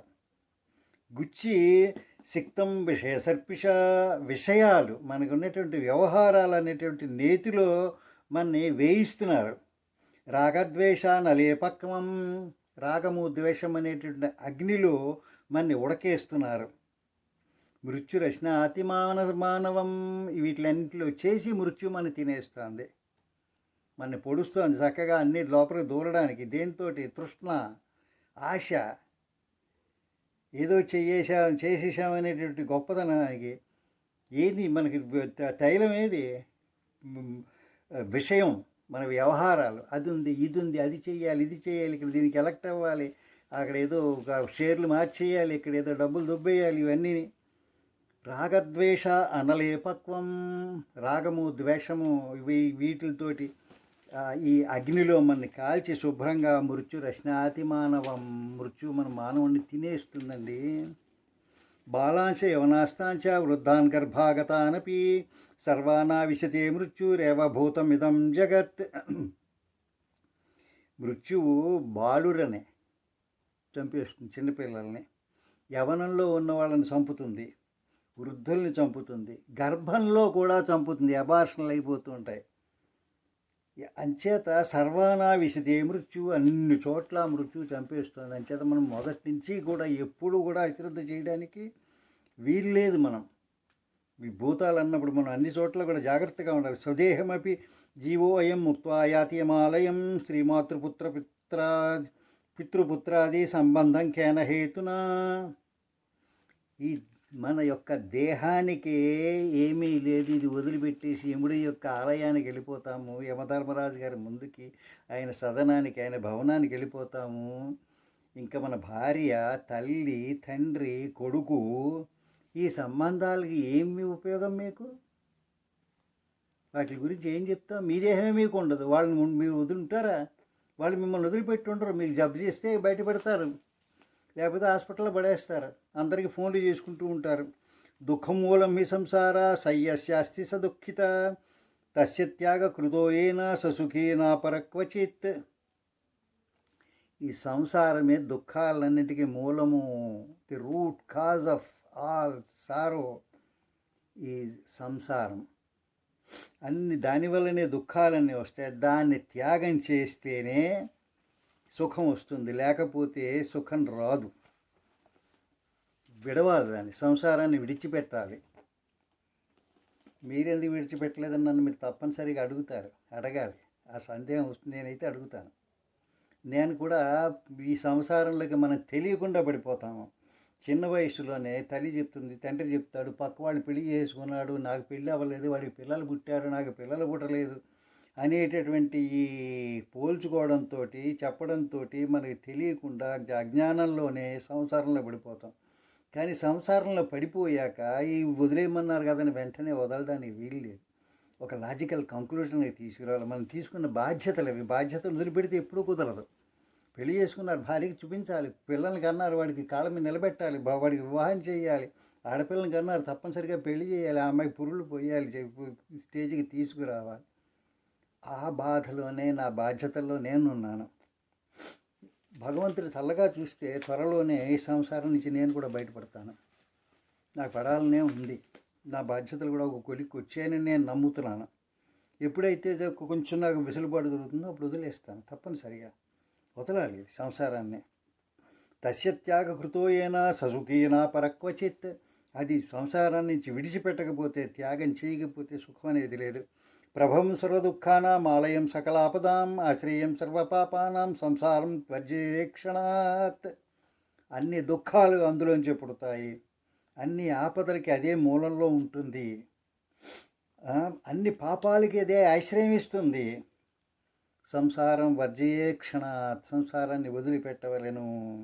లోహదారుమయై పాశే పుమాన్ బద్ధో విముచ్యతే పుత్రధారమయై పాశేర్ముచ్యతే న కదాచన. ఇనుముతో కట్టినట్టు చేసినట్టు తాళ్ళు, చెక్కలతో చేసినటువంటి తాళ్ళు, వాటిల్ని కూడా మనం విడగొట్టుకోవచ్చు పురుషులు. కానీ పుత్ర, దార, ఈ రెండు పాశాలు ఉన్నాయి. కొడుకులు, సంతానము, భార్య, భర్త, ఈ పాశాల నుంచి విడిచిపెట్టుకోవడం అంత సులభం కాదు. నేను అందులోనే ఉన్నాను. విడిచిపెట్టుకుందాని ప్రయత్నం చేస్తున్నాను. అయితే యావత కురుతే జంతు సంబంధాన్ మనస ప్రియాన్ తావంతో అసి నిఖిన్నంతే హృదయ శోకశంతవా. ఇవన్నీ కూడా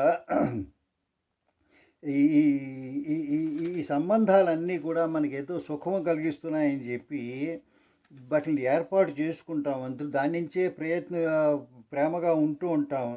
కానీ వాటి నుంచి దుఃఖం వస్తుంది. అది మన హృదయాన్ని శోకాన్ని కలిగిస్తుంది. ఇందులోంచి రావాలి. వంచిత శేషవిత్తై స్థైర్నిత్యం లోకో వినాశిత.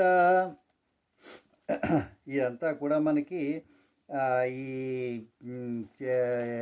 ఇబ్బంది పెడుతూ ఉంటాయి. హాహంత విషయాహారై దేహస్థేంద్రియ సత్కరై మాంసలుబ్ధో యథామత్సో లోహశంకుం న పశ్యతి సుఖలుబ్ధస్తదా దేహి బాధాం న పశ్యతి. మనం విషయాలనే ఆహారాన్ని తింటూ చంపబడుతూ ఉంటాం. దేహాన్ని, ఇంద్రియాలనేటువంటి దొంగలు మన యొక్క సుఖాన్ని దొంగిలిస్తూ ఉంటాయి. ఎలాగ దొంగిలిస్తాయంటే,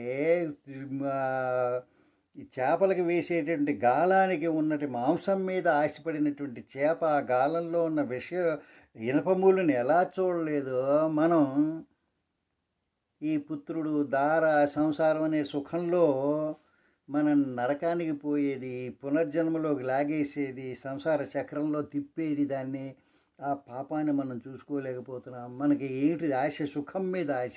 ఏం సుఖము? ఈ ఇహలోక సుఖం. దీనికోసం అన్ని వ్యథ పనులు చేస్తూ యముడు పెట్టే బాధల్ని చూడలేకపోతున్నాం మనము. హితాహితం న జానంతో నిత్యమోన్మార్గగామిన కుక్షిపూరణ అనిష్ట అయితే నారకాఖగా.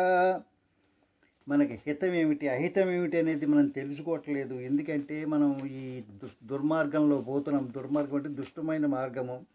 ఈ పొట్టను నింపుకోవడం అనే దాంతో నరకానికి వెళ్ళిపోతారు మనుషులు. ఓ ఖగ అంటే పక్షి అని చెప్తున్నారు. నిద్రాది మైథునాహార సర్వేషాం ప్రాణినాం సమా జ్ఞానవాన్ మానవ ప్రోక్తో జ్ఞానహీన పశుస్మృత. నిద్ర, మైథునము, ఆహారం, ఈ మూడు ఎవరికి వారే చేసుకోవాలి. నిద్ర, ఇంకొకరికి మనం డబ్బులు ఇచ్చి నా బదులు నువ్వు నిద్రపో అని చెప్పలేము. మైథునము, భార్యతో సుఖంగానే, భర్తతో శృంగార సుఖాన్ని, దానికి కూడా డబ్బులు ఇచ్చి ఇంకోళ్ళు చేసి నువ్వు చేయి నా బదులని కుదరదు. ఆహారం, నీ ఆకలి తీరాలంటే నువ్వే తినాలి, నీ బదులు ఇంకోళ్ళు తింటే కుదరదు.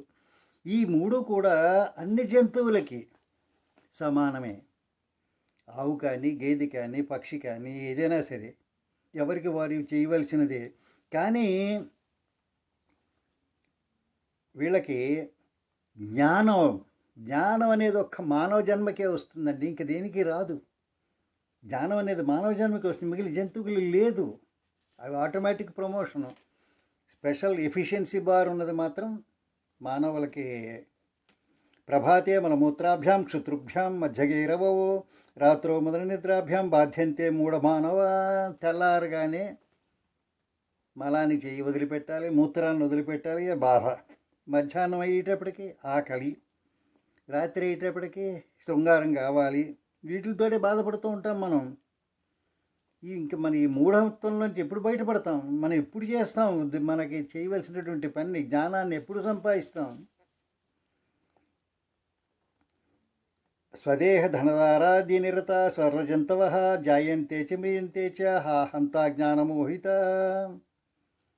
నా యొక్క దేహం, భార్య, ధనము, ఈ ఆస్తి ఇదంతా నాది. దీని మీదే మనది ఎంతో ఉంటుంది. దీని మీదే మన దృష్టి ఎప్పుడు ఉంటుందో జాయంతే చ మ్రియంతే చ, పుడుతూ ఉంటారు, చచ్చిపోతూ ఉంటారు. అజ్ఞానం చేత కొట్టబడుతూ ఉంటారు. తస్మాత్ సంగ సదాత్యాజ్య సర్వస్త్యక్తుం న శక్యతే మహద్భిః సహ కర్తవ్య సంగస్య భేషజం.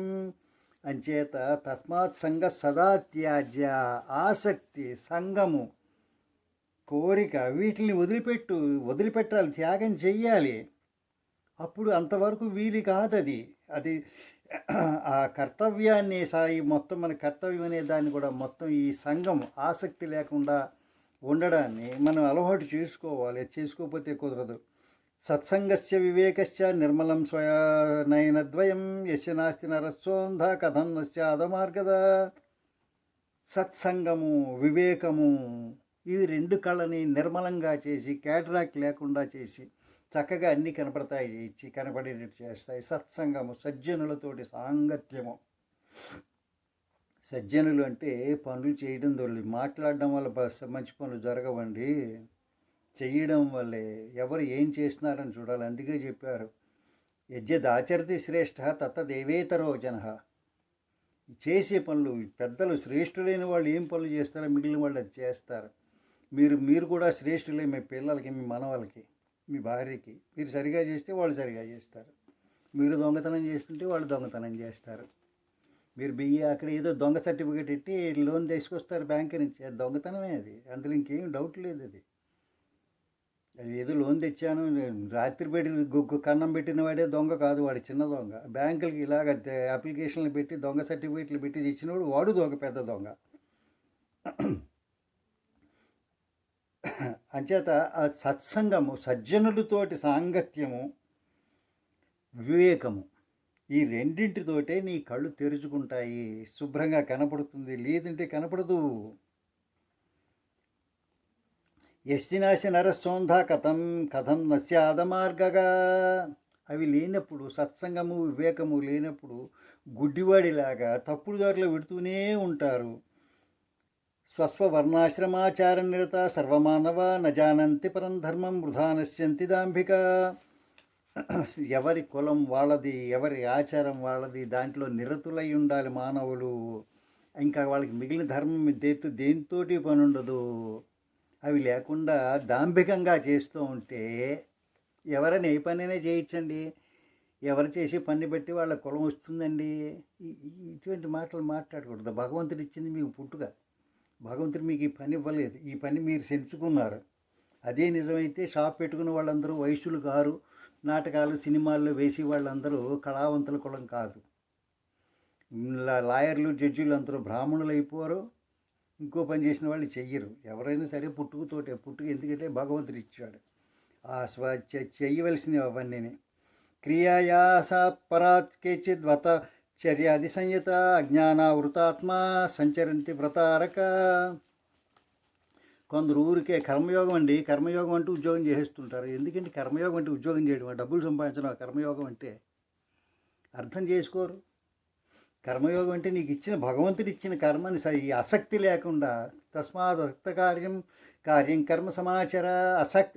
ఆసక్తి లేకుండా నువ్వు ఇచ్చిన పనిని, భగవంతుడు ఇచ్చిన పనిని చేయడం, అది కర్మయోగం అంటే. అంతేగాని ఉద్యోగం చేసి పొద్దున్న సాయంత్రం దాకా రోజు విడిపోయి ఇంట్రెస్ట్ వేసుకుని, కోటేసుకుని, డబ్బులు సంపాదించి కింద వాళ్ళందరినీ బాధ పెడుతూ, అబద్ధాలు ఆడుతూ పొద్దున్న లేచి సాయంత్రం, అది కర్మయోగం కాదు.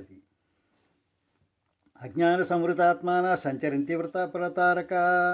అలాగే ఏదో కార్యాలు చేసేస్తూ ఏదో వ్రతాలు చేసేస్తున్నాం, అది చేసేస్తున్నాం, ఇది చేసేస్తున్నాం, ఆ హోమం చేసేస్తాం, ఈ హోమం చేసేస్తాం, అవ్వదు. వాటి వల్ల కుదరదు. సరిగ్గా చెయ్యాలి. నామమాత్రేణ సంతుష్ట కర్మకాండరత అనరా మంత్రోచ్చారణ హోమాద్యైర్భ్రామిత కృత విస్తరై. అలాగే ఊరికే నామమాత్రంగా చేస్తూ ఉంటారు కర్మలన్నీ, కర్మకాండలంతాను. ఏదో మంత్రాలు చదివేస్తుంటారు, హోమాలు చేసేస్తుంటారు, వీటిలన్నిటితోటి భ్రమ చెందిపోయి ఉంటారు.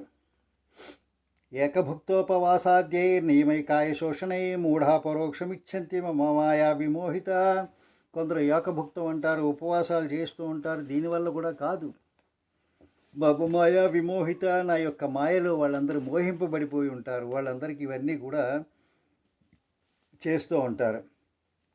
అవన్నీ చేస్తూ మోక్షాన్ని కోరుకుంటారు. దేహదండన మాత్రేణ కాముక్తిర వివేకినాం వాల్మీకి తాడనాదేవ మృతకుత్ర మహోరగా. దేహాన్ని బాధించటం వల్లనేమో ముక్తి రాదయ్యా. మీరు పుట్టను కొడితే లోపల ఉన్న పాము వస్తుందా? చేసేవన్నీ కూడా నిర్మలంగా, మూడు శుద్ధిగా ఉండాలి. క్రియాశుద్ధి, వాక్శుద్ధి, మా చిత్తశుద్ధి. చిత్తశుద్ధి మొదటిది, దాంతో చేయాలి క్రియ. చిత్తశుద్ధి, క్రియాశుద్ధి, వాక్శుద్ధి, మూడు శుద్ధులు మెయింటైన్ చేస్తూ మీరు చేసినట్టయితే ఫలితం వస్తుంది. కానీ మనసుని కంట్రోల్ చేయకుండా ఏదో బయటకు కాబట్టి చేసేస్తూ ఉంటే రాదు. నేను కింద కూర్చోలేనండి, మీరు కుర్చీ మీద కూర్చుని చేస్తానండి, కుదరదు. క్రియాశుద్ధి పోయింది. ఆయన మంత్రం చదువుతుంటే నేను వెళ్ళి ఇది చేసి వస్తాను, కర్మ జరుగుతోంది, అక్కడ భార్యది, బయటికి వెళ్ళి సిగరెట్ కాల్చుకొస్తాడు. అది క్రియాశుద్ధి, చిత్తశుద్ధి ఉందా? క్రియాశుద్ధి ఉందా? లేదు కదా. ఏం మాటలు మాట్లాడాలో ఆ మాటలే మాట్లాడాలి, అప్పుడే ఇక వాక్శుద్ధి ఉంటుంది, లేకపోతే వాక్శుద్ధి ఉండదు. ఈ మూడు శుద్ధులతోటి చేస్తేనే ఫలితం వస్తుంది. లేకపోతే పావుని చంపడానికి పుట్టను కొట్టినట్టుగా అవుతుంది. జటాభారాజి నైర్యుక్త దాంభికా వేషధారిణ భ్రమంతి జ్ఞానివల్లోకే భ్రామయంతి జనానపి. జటలు కట్టించుకుంటారు, జింక చర్మం కట్టుకుంటారు, దాంభికమైనటువంటి వేషం వేస్తారు, ప్రజల్ని భ్రాంతిలో పెడతారు. వీడేదో చాలా పవిత్రమైన వాడని. కుదరదు, దానివల్ల రాదు. మాటలు చెప్పడం కూడా మంచిదే. మాటలతో కూడా మనం మంచి చేయొచ్చు, చెడు చేయొచ్చు. ఎప్పుడైతే అబద్ధాలు చెప్పారో, మనుషులకు నచ్చేది చెప్పారో, తప్పట్లు కొట్టించుకోవడానికి చెప్పారో, ఆ మాటలన్నీ భ్రమ పెట్టడానికే. వాళ్ళకి ఇష్టం ఉండొచ్చు, ఉండకపోవచ్చు. చిన్నపిల్లవాడి కాకరకాయ పెట్టినట్టు పెట్టాలి మనుషులకు మాటలు అంటే. ఇలాంటివి చెప్పాలి, చెప్తేనే అర్థం అవుతుంది. ఈ గరుడ పురాణాన్ని ఎవరు చెప్పరు, చెప్పినా కానీ అన్ని దాటేస్తారు. అందుకే నేను చెప్పడం మొదలుపెట్టాను. సంసారజ సుఖాసక్తం బ్రహ్మజ్ఞో అస్మి ఇతి వాదినం కర్మ బ్రహ్మో భయం భ్రష్టం దంతిజం యథా. సంసారంలో పుట్టినటువంటి సుఖం కాదది. నేను బ్రహ్మజ్ఞుణ్ణి అని చెప్పుకోకూడదు. కర్మభర్మ భయోభ్రష్టం దంచజం యథా. ఈ కర్మలు ఇటువంటి వాటిని, సంసార సుఖాలని, వాటిని వదిలేసేయాలి. లేకపోతే రెండింటికి కూడా భ్రష్టుడైపోతాడు. గృహారణ్య సమాలోకే గతవ్రీడా దిగంబర చరంతి గార్ధవాద్భాజ్య విరక్తాస్తే భవంతి కిం. ఈ గృహం అనేది అరణ్యం. అది ఆ గృహారణ్యాన్ని వదులుకోవాలి. అడవుల్లోనూ ఇంట్లలో కూడా గాడిదలు అవి కూడా విరక్తులు అనిపించుకుంటాయి. గార్ధవాలు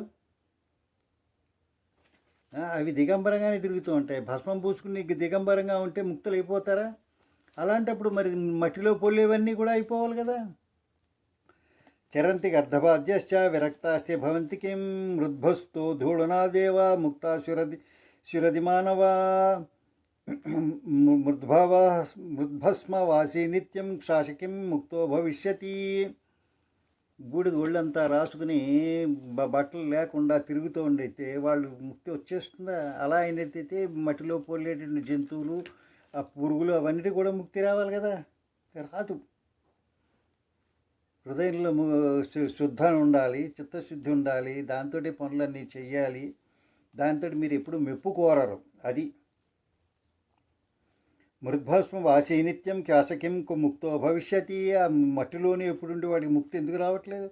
తృణపర్ణోదకాహార సతతం వనవాసిన జంబుకాఖ అఖుము మృగాద్యాశ్చ తపహాస్తే భవంతి కిం. ఎప్పుడు అడవిలోనే ఉంటూ ఆ ఆకుల్ని మాత్రమే తింటూ ఉంటే ముక్తి వస్తుందా? అలాంటప్పుడు అడవిలో ఉండే నక్కలు అటువంటివి మృగాలన్నిటికీ కూడా ముక్తి రావాలి కదా. ఆ జన్మ మరణాంతంచ గంగాది తటే నిస్థిత మండూకమత్స్య ప్రముఖ యోగినస్తే భవంతి కిం. మొత్తం అంతా కూడా గంగానది ఒడ్డున గడుపుతాను నేను, దాంతో నాకు ముక్తి వచ్చేస్తుంది అంటే ఆ గంగానదిలోనే ఎప్పుడు ఉండే కప్పలు చేపలు అవన్నీ కూడా ముక్తి పొందాలి కదా. పారావత శిలాహార కదాచిదపి చాతక నపిబంతి మహితోయం ప్రతినస్తే భవంతి కిం. అలాగే ఎప్పుడు నేల మీదకి రానటువంటి చాతక పక్షులు నీళ్లను మాత్రమే తాగేవి అవన్నీ కూడా ముక్తి రావాలి కదా, రావట్లేదే. తస్మాదిత్యాదికం కర్మ లోకరంజనకారకం మోక్షస్య కారణం సాక్షాత్ తత్వజ్ఞానం ఖగేశ్వర. ఇవన్నీ కూడా లోకానికి రంజింపజేయడానికి కారణాలు కానీ మోక్షాలకు కారణం కాదు. మోక్షస్య కారణం సాక్షాత్ తత్వజ్ఞానం ఖగేశ్వర. మోక్షానికి కారణం ఓ ఖగేశ్వర పక్షిరాజ సాక్షాత్ తత్వజ్ఞానం. తత్వజ్ఞానం భగవంతుడి గురించినటువంటి జ్ఞానము, ఈ సంసారాన్ని గురించినటువంటి జ్ఞానము, మనం ఇక్కడ ఒక నాటకంలో స్టేజ్ మీద ఉన్నామనేటటువంటి జ్ఞానము, మనకి ఇచ్చిన డైలాగ్ని మనకి ఇచ్చినటువంటి యాక్షన్ని మనం సరిగా చేసి వెళ్ళడం అనే జ్ఞానము, ఇది రావాలి. ఎలా వస్తుంది, ఎలా తెలుస్తుంది, ఎవరేం చేయాలో? పుట్టుక. నీ పుట్టుకని బట్టే మొత్తం అన్నీ వస్తాయి. నీ పుట్టుకప్పుడే నేను స్టేజ్ మీద పంపించినప్పుడే డైరెక్టర్ గారు సూత్రధారుడు నీకు పాత్ర ఏదో చెప్పి పంపించాడు. అది స్టేజ్ మీదకి వెళ్ళగానే మర్చిపోతే పుట్టుకతో ఏమీ లేదని అంటే పోయింది. మన పాత్రను సరిగా పోషించట్లేదు, దెబ్బతింటాం. అందుకని చెప్పి మన పుట్టుకని బట్టి ఆలోచించుకోవాలి, మనం ఎందుకు వచ్చాము ఇక్కడికని. ఆ పుట్టుకతోటే వచ్చిన దాన్ని మనం చెయ్యాలి. ఇదంతా ఎవరి కోసం రాసుకున్నారు అనుకోవచ్చు, మీరు అనుకోవచ్చు. ఎవరు అడ్డు పెట్టలేరు మిమ్మల్ని, మీ ఇష్టం. భగవంతుడిది అదే. భగవంతుడు మనకి ఈ పాత్రను చెప్పి పంపించాడు స్టేజ్ మీదకి. స్టేజ్ మీద ఉన్నంతకాలం ఆయన కలిగించుకోడు. స్టేజ్ మీద దిగ్గానే అంటే మరణం కాగానే ఆయన నిన్ను ఎవాల్యుయేట్ చేస్తాడు. ఇది తెలుసుకోవాలి. తెలుసుకుంటే దాన్ని తెలుసుకుంటాం, అప్పుడు తత్వజ్ఞానం అవుతుంది. నేను ఎందుకు వచ్చాను ఇక్కడికి, ఏం చెయ్యాలి, తప్పుదారిని పట్టాం, మళ్ళీ వెనక్కి రావాలి. తప్పుదారిని పడతాం, మనం అందరం సంవత్సరాల్లో పడిపోతాం. అప్పుడు సరిగా చెయ్యం, కొన్ని అబద్ధాలు ఆడతాం తప్పదు, కొన్ని వ్యధవ పనులు చేస్తాం తప్పదు. పశ్చాత్తాపడాలి, దానికి ప్రాయశ్చిత్తం చేసుకోవాలి. ఎప్పుడు వీలైతే అప్పుడు నీ బాధ్యతను వదిలిపెట్టి బయటికి రావాలి. షడ్దర్శన మహాకూపే పతిత పశవక్కగా పరమార్థం న జానంతి పశువాస నియంత్రిత. ఎన్ని మార్గాలు? 6 మార్గాలు ఉన్నాయి. 6 మార్గాలని చూసుకుంటారు, అందులో పెడతారు. పశువులు ఖగా పరమార్థం న జానంతి పశుపాశ నియంత్రిత. పరమార్థము, పరమమైనటువంటి అర్థము, అన్నింటిలోకి గొప్ప అర్థము, అది తెలుసుకోవాలి. ఎక్కడి నుంచి వస్తుంది? శాస్త్రం చదివితే వస్తుంది, మహాభారతం చదివితే వస్తుంది. అది చదవగానే ఆచరించాలి. మనుధర్మశాస్త్రం చదివితే వస్తుంది, గరుడ పురాణం చదివితే వస్తుంది, వినడం వల్ల కూడా వస్తుంది. అందరూ చదవక్కర్లే, వినాలి, శ్రద్ధగా వినాలి, అడిగి తెలుసుకోవాలి. ఎలా తెలుసుకుంటారు? తద్విద్ది ప్రణిపాతేన పరిప్రశ్నేన సేవయ ఉపదేక్షంతి తే జ్ఞానం జ్ఞానిన తత్వదర్శిన. భగవద్గీత 4వ అధ్యాయంలో ఉంది. ఎలా తెలుసుకోవాలి? తద్విద్ది, తత్ ఆ తత్వాన్ని, విద్య తెలుసుకో. ఎలా? ప్రణిపాతేన తెలిసిన వాళ్ళకి కాళ్ళము సాక్షాత్కారం చేసి సాష్టాంగ ప్రణామం చేసి అడగాలి వినయంగా. పరిప్రశ్నేన చాలా వినయంగా జాగ్రత్తగా వాళ్ళు ఎలా అడగాలో అడగాలి, వేళాకోళాలు ఉండకూడదు. పరిప్రశ్న సేవయ, వాళ్ళకి సేవ చేయాలి, అప్పుడే చెప్తారు. ఉపదేక్షంతితే జ్ఞానం, వాళ్ళు ఉపదేశిస్తారు జ్ఞానాన్ని. జ్ఞానిన తత్వదర్శిన, తత్వాన్ని దర్శినటువంటి జ్ఞానులు అప్పుడు ఉపదేశిస్తారు. ఎవరైనా మంచి గురువుని పట్టుకోండి, టీవీలో వచ్చి వాళ్ళందరూ మంచి గురువులు కాదు, వాళ్ళకి ఇన్ఫ్లుయెన్స్ ఉన్నవాళ్ళు. ప్రతి కుటుంబానికి పల్లెటూరులో ఒక బ్రాహ్మణ కుటుంబం గురువు కుటుంబంగా ఉంటుంది. వాళ్ళని వదిలేసాం ఇప్పుడు. ఈ బ్రాహ్మణ కుటుంబాలు కూడా గురుత్వం చేయడం మానేశాయి, తెలుసుకోవట్లేదు. నా చిన్నప్పుడు ఉండేవారు, ప్రతి ఇంటికి కొందరు వాళ్ళు వచ్చేవారు, చేసేవారు. గురువుకి ఏం చేయాలో అవి చేసేవారు.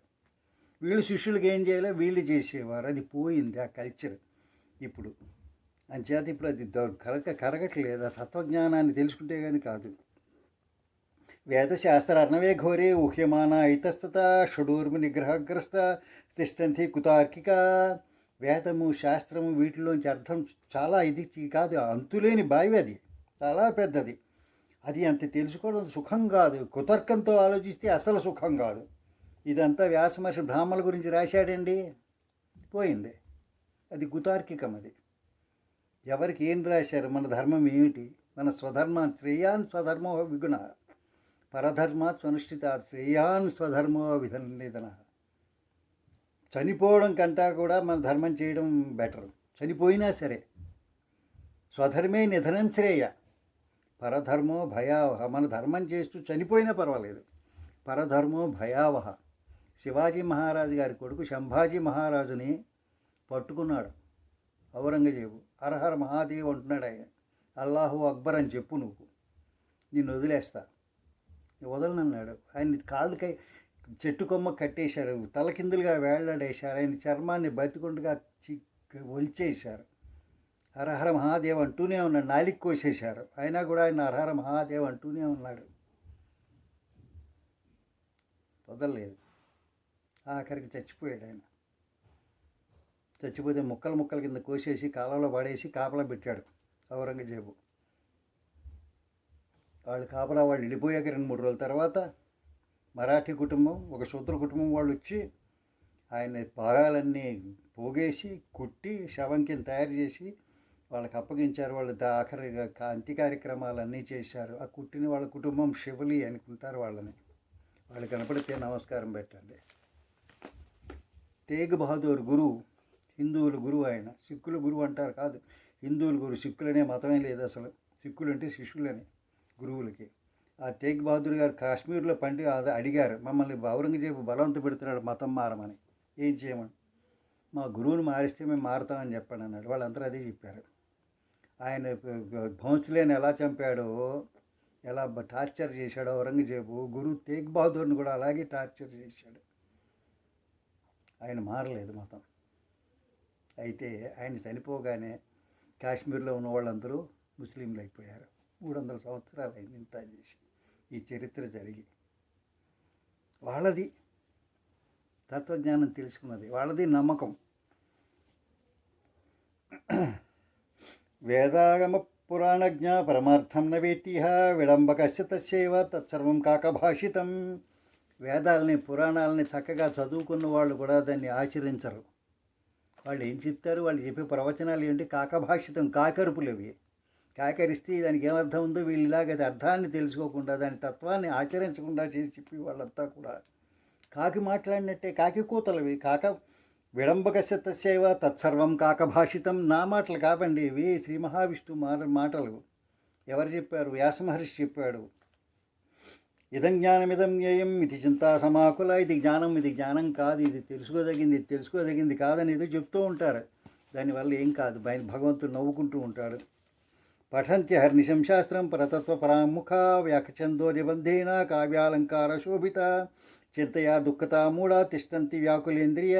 ఆహారం పగలు రాత్రి అంతా కూడా శాస్త్రాలు చదువుతూ ఉంటారు, అన్నీ వదిలేసి. కానీ వాళ్ళు చూపు ఇంకోవైపు ఉంటుంది. వాక్యాల్లో ఛందస్సు అలంకారాలు అవన్నీ చూస్తారు, కానీ వాళ్ళ దృష్టి అంతా కూడా వేరేగా ఉంటుంది. ఇంద్రియాలన్నీ వ్యాకులమైపోయి ఉంటాయి. అన్యథా పరమం తత్వం జనా క్లిశ్యంతి చాన్యథా అన్యథా శాస్త్ర సద్భావో వ్యాఖ్యాం కుర్వంతి చాన్యథా. శాస్త్రాలు చదువుతారు, దాని అర్థం ఒకలా ఉంటుంది, వీళ్ళ వ్యాఖ్యానం ఇంకొకలా ఉంటుంది. కథయంత్యున్మనీభావం స్వయం నానుభవంతి చ అహంకారరత కేచిదుపదేశాదివర్జిత. పఠంతి వేదశాస్త్రాన్ని బోధయంతి పరస్పరం న జానంతి పరంతత్వం దర్వీపాకరసం యథా. ఏదో చెప్తూ ఉంటారు, చేస్తూ ఉంటారు, కానీ ఆ వంట యొక్క రుచి ఆ తిప్పే గరిటెకి తెలుస్తుందా? తెలియదు. అలాగే వీళ్ళు గరిటైపోతున్నారు కానీ వంటకం కావట్లేదు. అది వీళ్ళందరూ తెలుసుకోవలసినటువంటి మాట. శిరోవహతి పుష్పాణి గంధం జానాతి నాసిక పఠంతి వేదశాస్త్రాన్ని దుర్లభో భావబోధక. పువ్వులు నెత్తి మీద ఉంటాయి కానీ ముక్కుకు వాసన తెలుస్తుందా? తెలియదు. ఒక ఆయన చెప్పాడు, సద్గురు అని ఆయన జగ్గి గారు, నాలుగు నువ్వు బ్రష్ చేసుకోకపోతే నా నోటి మీదే ముక్కు ఉంది, నీకు ఈ ముక్కు గమనించలేదు ఈ నోటి నుంచి వచ్చే దుర్వాసన, కానీ రూములో ఉన్న అందరికీ తెలుస్తుందని. మన దుర్వాసన మనం తెలుసుకోవాలి, మనం తెలుసుకుంటే. అంతేగాని దాని బాధ ఇది తెలియకుండా, అర్థం తెలియకుండా ఊరిగా చదివేసి బట్టి పట్టేస్తే రాదు. తత్వం ఆత్మస్థమజ్ఞాత్వ మూఢశాస్త్రేషు ముహ్యతి గోపకుక్షిగతి ఛాగే కూపే పశ్యతి దుర్మతి. మేకని తినేసి కడుపులో ఉంది, కానీ నా మేక ఏది అని నూతిలోకి తొంగి చూస్తే కనపడుతుందో కడుపులో ఉన్న మేక? కనపడదు కదా. అలాగే మనం కూడా జాగ్రత్తగా అర్థం చేసుకోవాలి, శాస్త్రాలను ఆచరించాలి.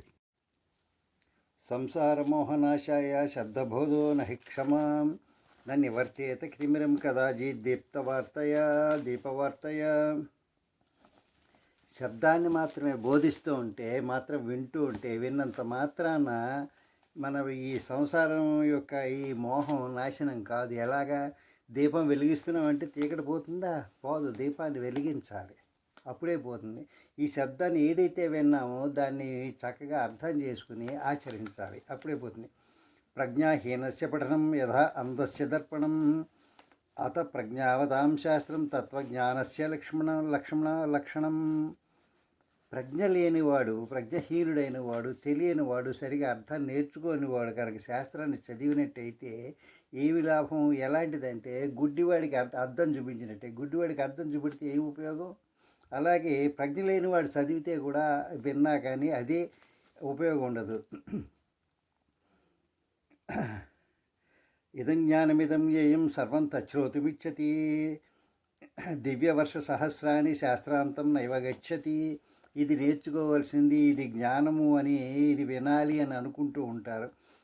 1000 దివ్య సంవత్సరాలు ఆయుష్ ఉన్నా కానీ శాస్త్రానికి అంతం కనపడదు. ఒక దివ్య వర్షం అంటే, ఒక దివ్య సంవత్సరం అంటే 360 మానవ సంవత్సరాలు. 1000 దివ్య సంవత్సరాలు అంటే 3,60,000 సంవత్సరాల జీవితం ఉన్నా కానీ మన శాస్త్రాలు ఎంత పెద్దవంటే, అందులో ఎంత అర్థాలు ఉన్నాయంటే, అది దాని యొక్క అంతాన్ని మనం చూడలేము. అనేకాని చ శాస్త్రాన్ని స్వల్పాయు విఘ్నకోటయ తస్మాత్ సారం విజానీయ క్షీరం హంస ఇవాంభసి. మన శాస్త్రాలు అనేకం ఉన్నాయి.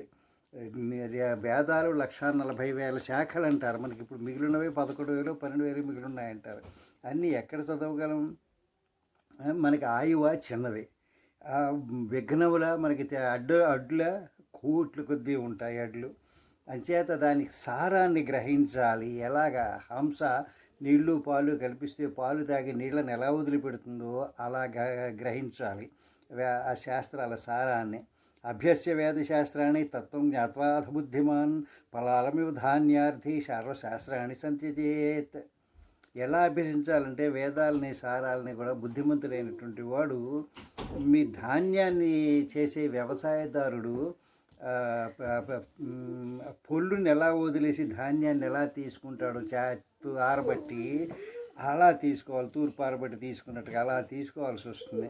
యథా అమృతేన తృప్తస్య నా ఆహారేణ ప్రయోజనం తత్వజ్ఞస్య తథాతార్క్ష నా శాస్త్రేణ ప్రయోజనం. అమృతం తీసుకున్న వాడికి ఆహారంతో పని ఏమిటి? ఇంక అవసరం లేదు కదా. అమృతం తీసుకున్నాక ఆయన దానివల్ల ఏం ప్రయోజనం చేయకూడదు. అలాగే ఓ తార్క్ష గరుత్మంతా తత్వజ్ఞుడికి అంటే తత్వం తెలిసిన వాడికి ఇంకా శాస్త్రాలతో ప్రయోజనం లేదయ్యా. నా వేదాధ్యాయనాన్ముక్తిర్న శాస్త్ర పఠనాదపి జ్ఞానాదేవ హి కైవల్యం నాణ్యథా వినతాత్మజ. వినత యొక్క కొడుక గరుత్మంతుడా, జ్ఞానము వల్లనే కైవల్యం వస్తుంది, ఇంకా దేనివల్ల రాదు. వేదాలని అధ్యయనం చేసినంత మాత్రాన్ని ముక్తి రాదు, శాస్త్రాలను పఠించినా రాదు. వాటిని ఆచరించాలి, జ్ఞానాన్ని తెలుసుకోవాలి, తెలుసుకుని పెట్టుకోవాలి. నాశ్రమ కారణం ముక్తేర్ దర్శనాన్ని నా కారణం తథైవ సర్వకర్మాణి జ్ఞానమేవ హి కారణం. ఆశ్రమాలు మనకి ఆశ్రమాలు ఉన్నాయి. ఈ ఆశ్రమాలు కౌమారము, బాల్యము, గృహస్థాశ్రమము, వానప్రస్థాశ్రమము, సన్యాసాశ్రమం. ఈ ఆశ్రమాల్లో గడిపోతే అయిపోతుంది? అవ్వదు. మనకి అన్నీ కూడా చెయ్యాలి, పని అంతా పని చేస్తేనే వస్తుంది. అన్ని కార్యాల కన్నా కూడా జ్ఞానమే కారణము ముక్తికి, మోక్షానికి. ముక్తిదా గురువాగేక విద్యా సర్వ విడంబిక కాష్టభార సహస్రేషు ఏకం సంజీవనం పరం.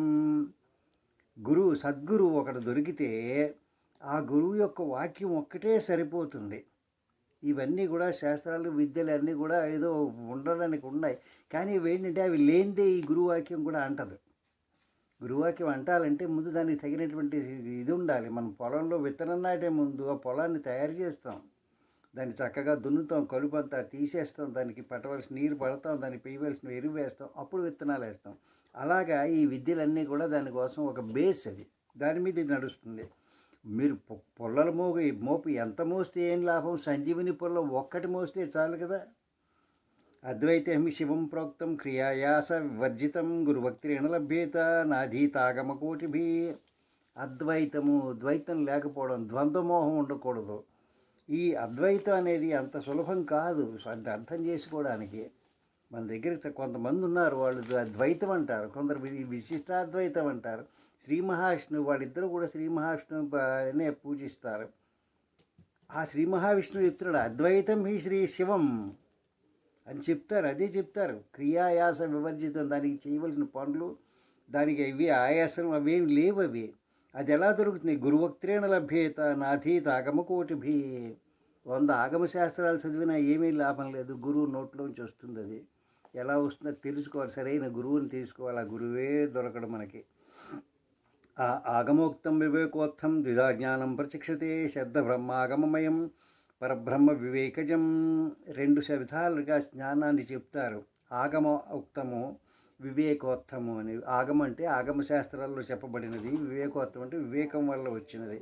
ఆ 2 జ్ఞానాలు 2 రకాలు. శ్రద్ధ బ్రహ్మాగమమం, ఆగమమయం మనకు నోట్లో వినపడేది అదంతా కూడా శ్రద్ధ బ్రహ్మ నుంచి వస్తుంది, అది వినడం వల్ల. వివేకం వచ్చేది, వివేకం నుంచి పుడుతుంది పరబ్రహ్మ. పరబ్రహ్మ ఎవరనేది తెలియాలంటే మన వివేకం కావాలి. అద్వైతం కేచిదిచ్చంతి ద్వైతం ఇచ్చంతి చాపరే సమతత్వం న జానంతి ద్వైతాద్వైత వివర్జితం. కొందరు అద్వైతాన్ని ఇష్టపడతారు, కొందరు ద్వైతాన్ని ఇష్టపడతారు, కానీ రెండింటికి సమానమైనటువంటి సమతత్వం ఈ రెండు కానిది ద్వైతాద్వైత వివర్జితం. ద్వైతము కానిది, అద్వైతము కానిది, రెండు కానిటువంటి సమద్వైతం, సమతత్వం. దీన్ని తెలుసుకోవాలి, దీన్ని తెలుసుకోవట్లేదు. ద్వేపదే బంధమోక్షాయ మమేతి నమేతి చ మమేతి బధ్నతే జంతుర్నమేతి ప్రముచ్యతే. 2 పాదాలు కట్టేస్తారు బంధాలతోటి. ఏ బంధాలు అవి? మమేతి నా మమేతి, ఇది నేను, ఇది నేను కాదు. ఇది నేను అనుకునేది జంతువుల్ని కట్టేస్తుంది. ఇది నేను కాదు అనుకునేది ఆ నీ బంధాల నుంచి, సంసార బంధాల నుంచి విడిపిస్తుంది. అది తెలుసుకోవాలి. మమేతి నా మమేతి, మమ ఇది నేను, ఇది నా మమ ఇది నేను, ఇది కాదు, ఇది నేను కాదు, ఈ శరీరం నాది కాదు, ఈ శరీరాన్ని నేను కాదు.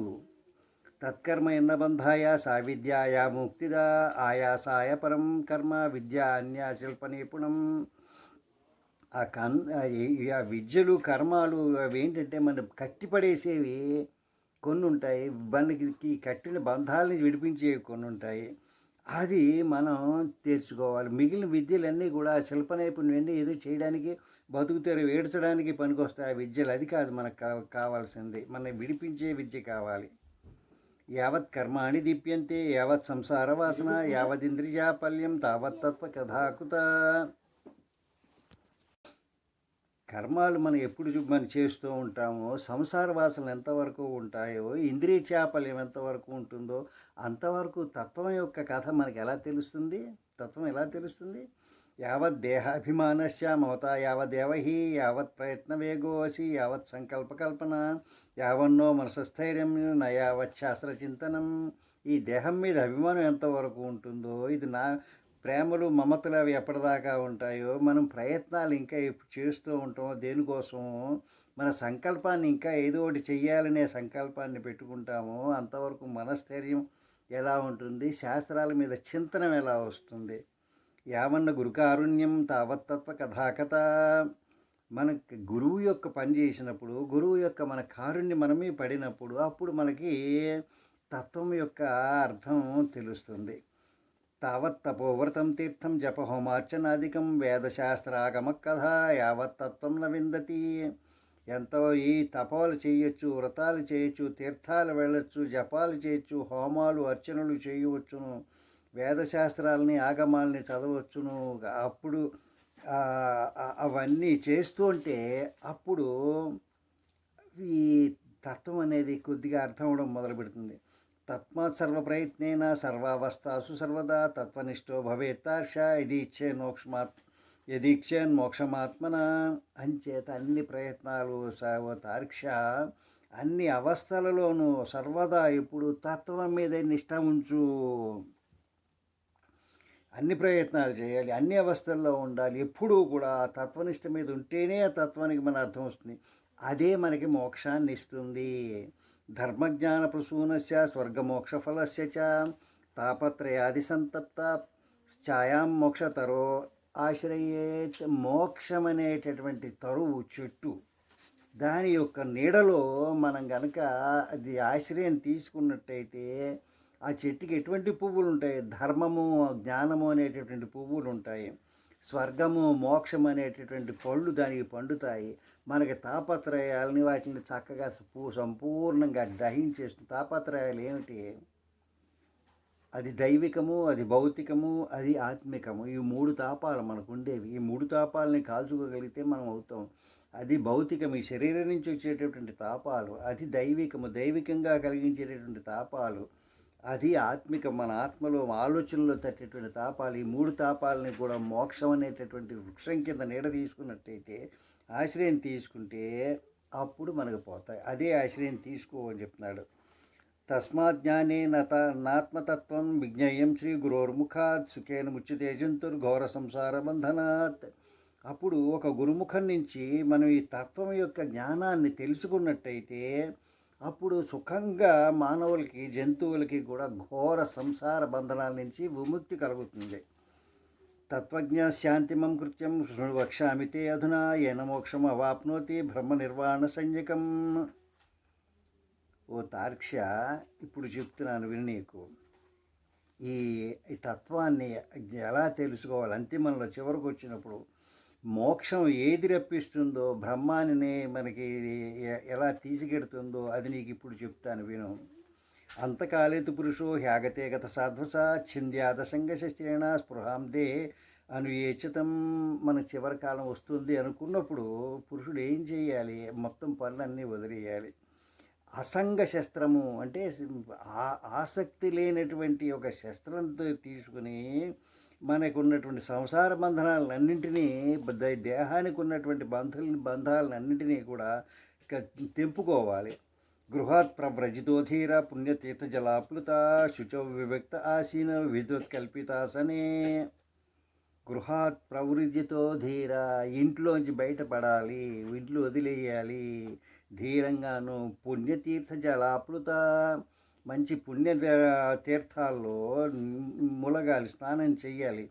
శుచో వివిక్త ఆసీనో, మన చక్కగా శుచిగా అయ్యి చక్కగా ఏదో ఒక విధివత్ కల్పితాసనే, విధి ప్రకారం మనం ఒక ఆసనాన్ని కల్పించుకుని దాని మీద కూర్చోవాలి. అభ్యాసేన్ మనసా శుద్ధం త్రివృద్ బ్రహ్మాక్షరం పరం మనో యచ్చేజ్యత శ్వాసో బ్రహ్మబీజమవిస్మరన్. అభ్యుడు మన మనస్సుని బాగా అభ్యాసం చేసి శుద్ధి చేసుకోవాలి. శుద్ధి చేసుకోవాలంటే ప్రాపంచిక విషయాల మీదకి మన మనస్సు వెళ్ళకూడదు. అలా చేసుకోవాలి. చేసుకుని త్రివృద్ బ్రహ్మాక్షరం పరం, 3 అక్షరాలు కలిగితుంది. ఆ, ఊ, మా, ఈ 3 అక్షరాలతో కలిసినటువంటిది ఓంకారం. దాన్ని మనో యచ్చేజ్యత శ్వాసో బ్రహ్మబీజమ విస్మరన్, మన దాది తలుచుకుంటూ, ఆ ఓంకారాన్ని తలుచుకుంటూ, ఓంకారాన్ని మననం చేసుకుంటూ మన శ్వాసని వదిలిపెట్టాలి. అప్పుడే నీచ్చేద్ విషయోభ్యోష్మాన్ మనసా బుద్ధిసారథి మనఃకర్మ దారాక్షిప్తం శుధార్థే ధారయేద్ధియా. మన మనస్సుకి మనమే సారథి అయ్యి గుర్రాల్లా దాన్ని వెళ్ళిపోనివ్వకుండా దాన్ని జాగ్రత్తగా భగవంతుడి మీద, ఈ ఓంకారం మీద నియమించి నియతం చేసి మన శుద్ధి కావాలి.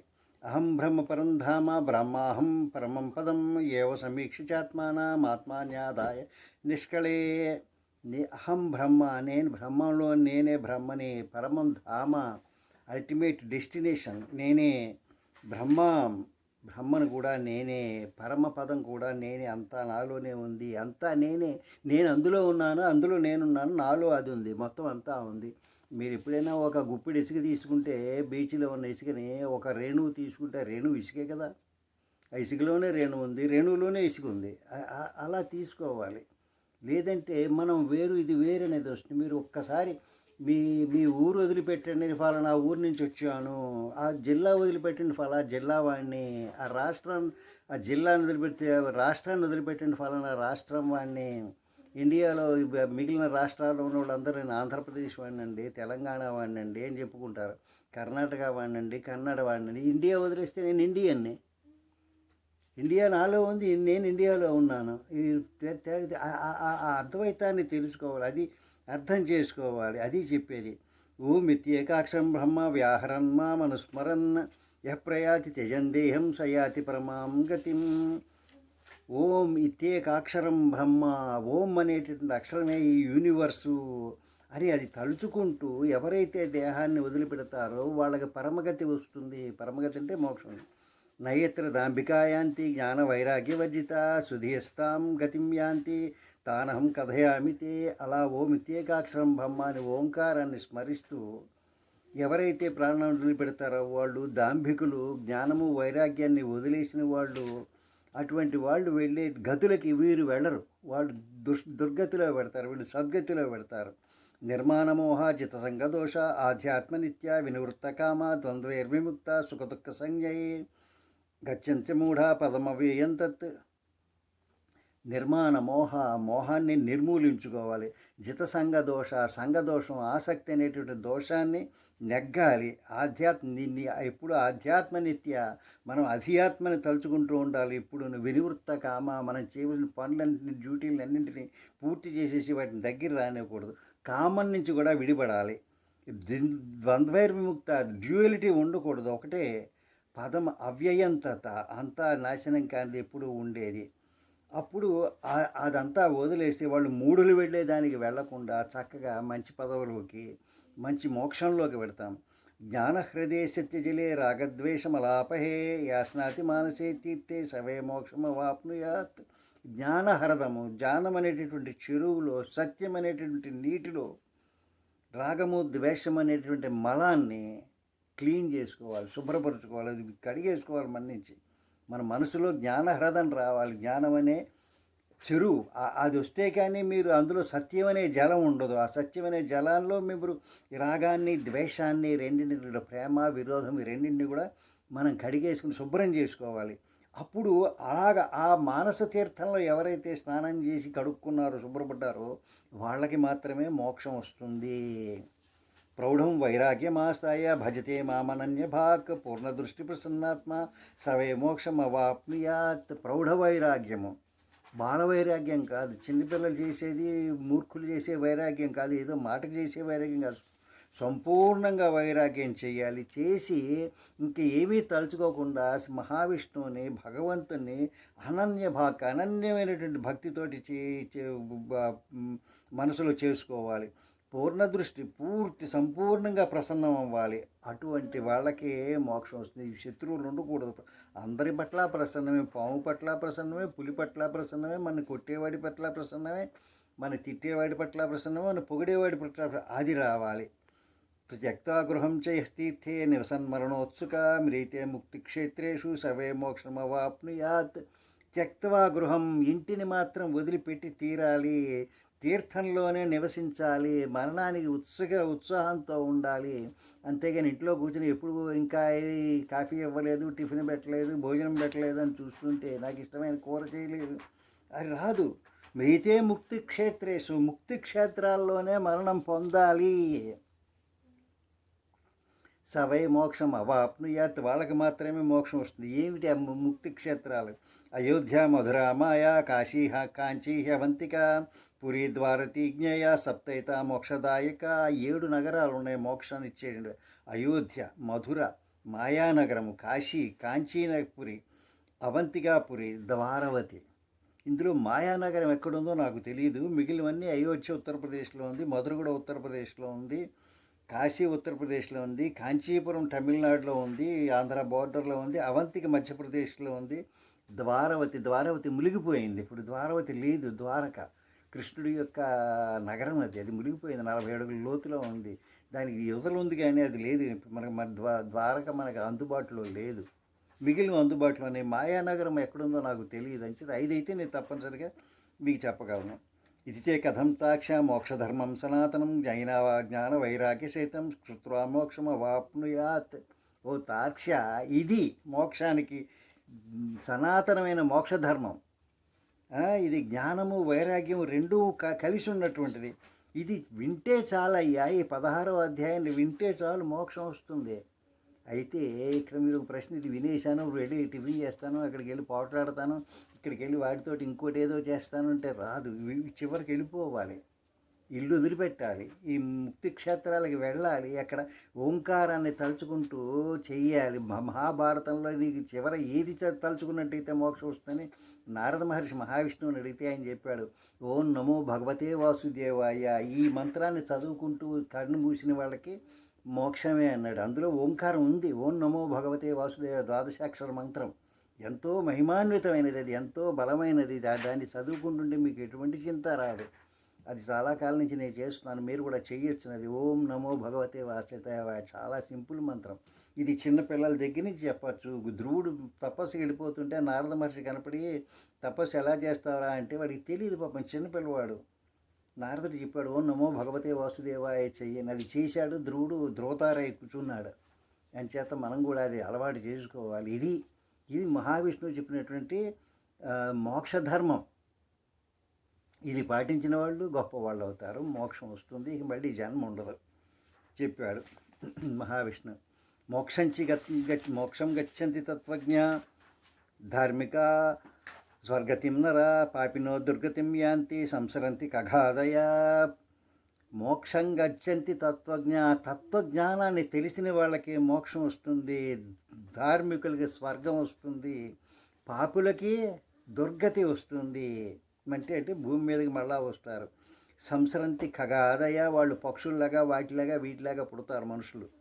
ఇత్యేవ సర్వశాస్త్రాణం సారోద్ధారో నిరూపిత మయాతే షోడశోధ్యాయే కిం భూయశ్రోతుమిచ్చసి.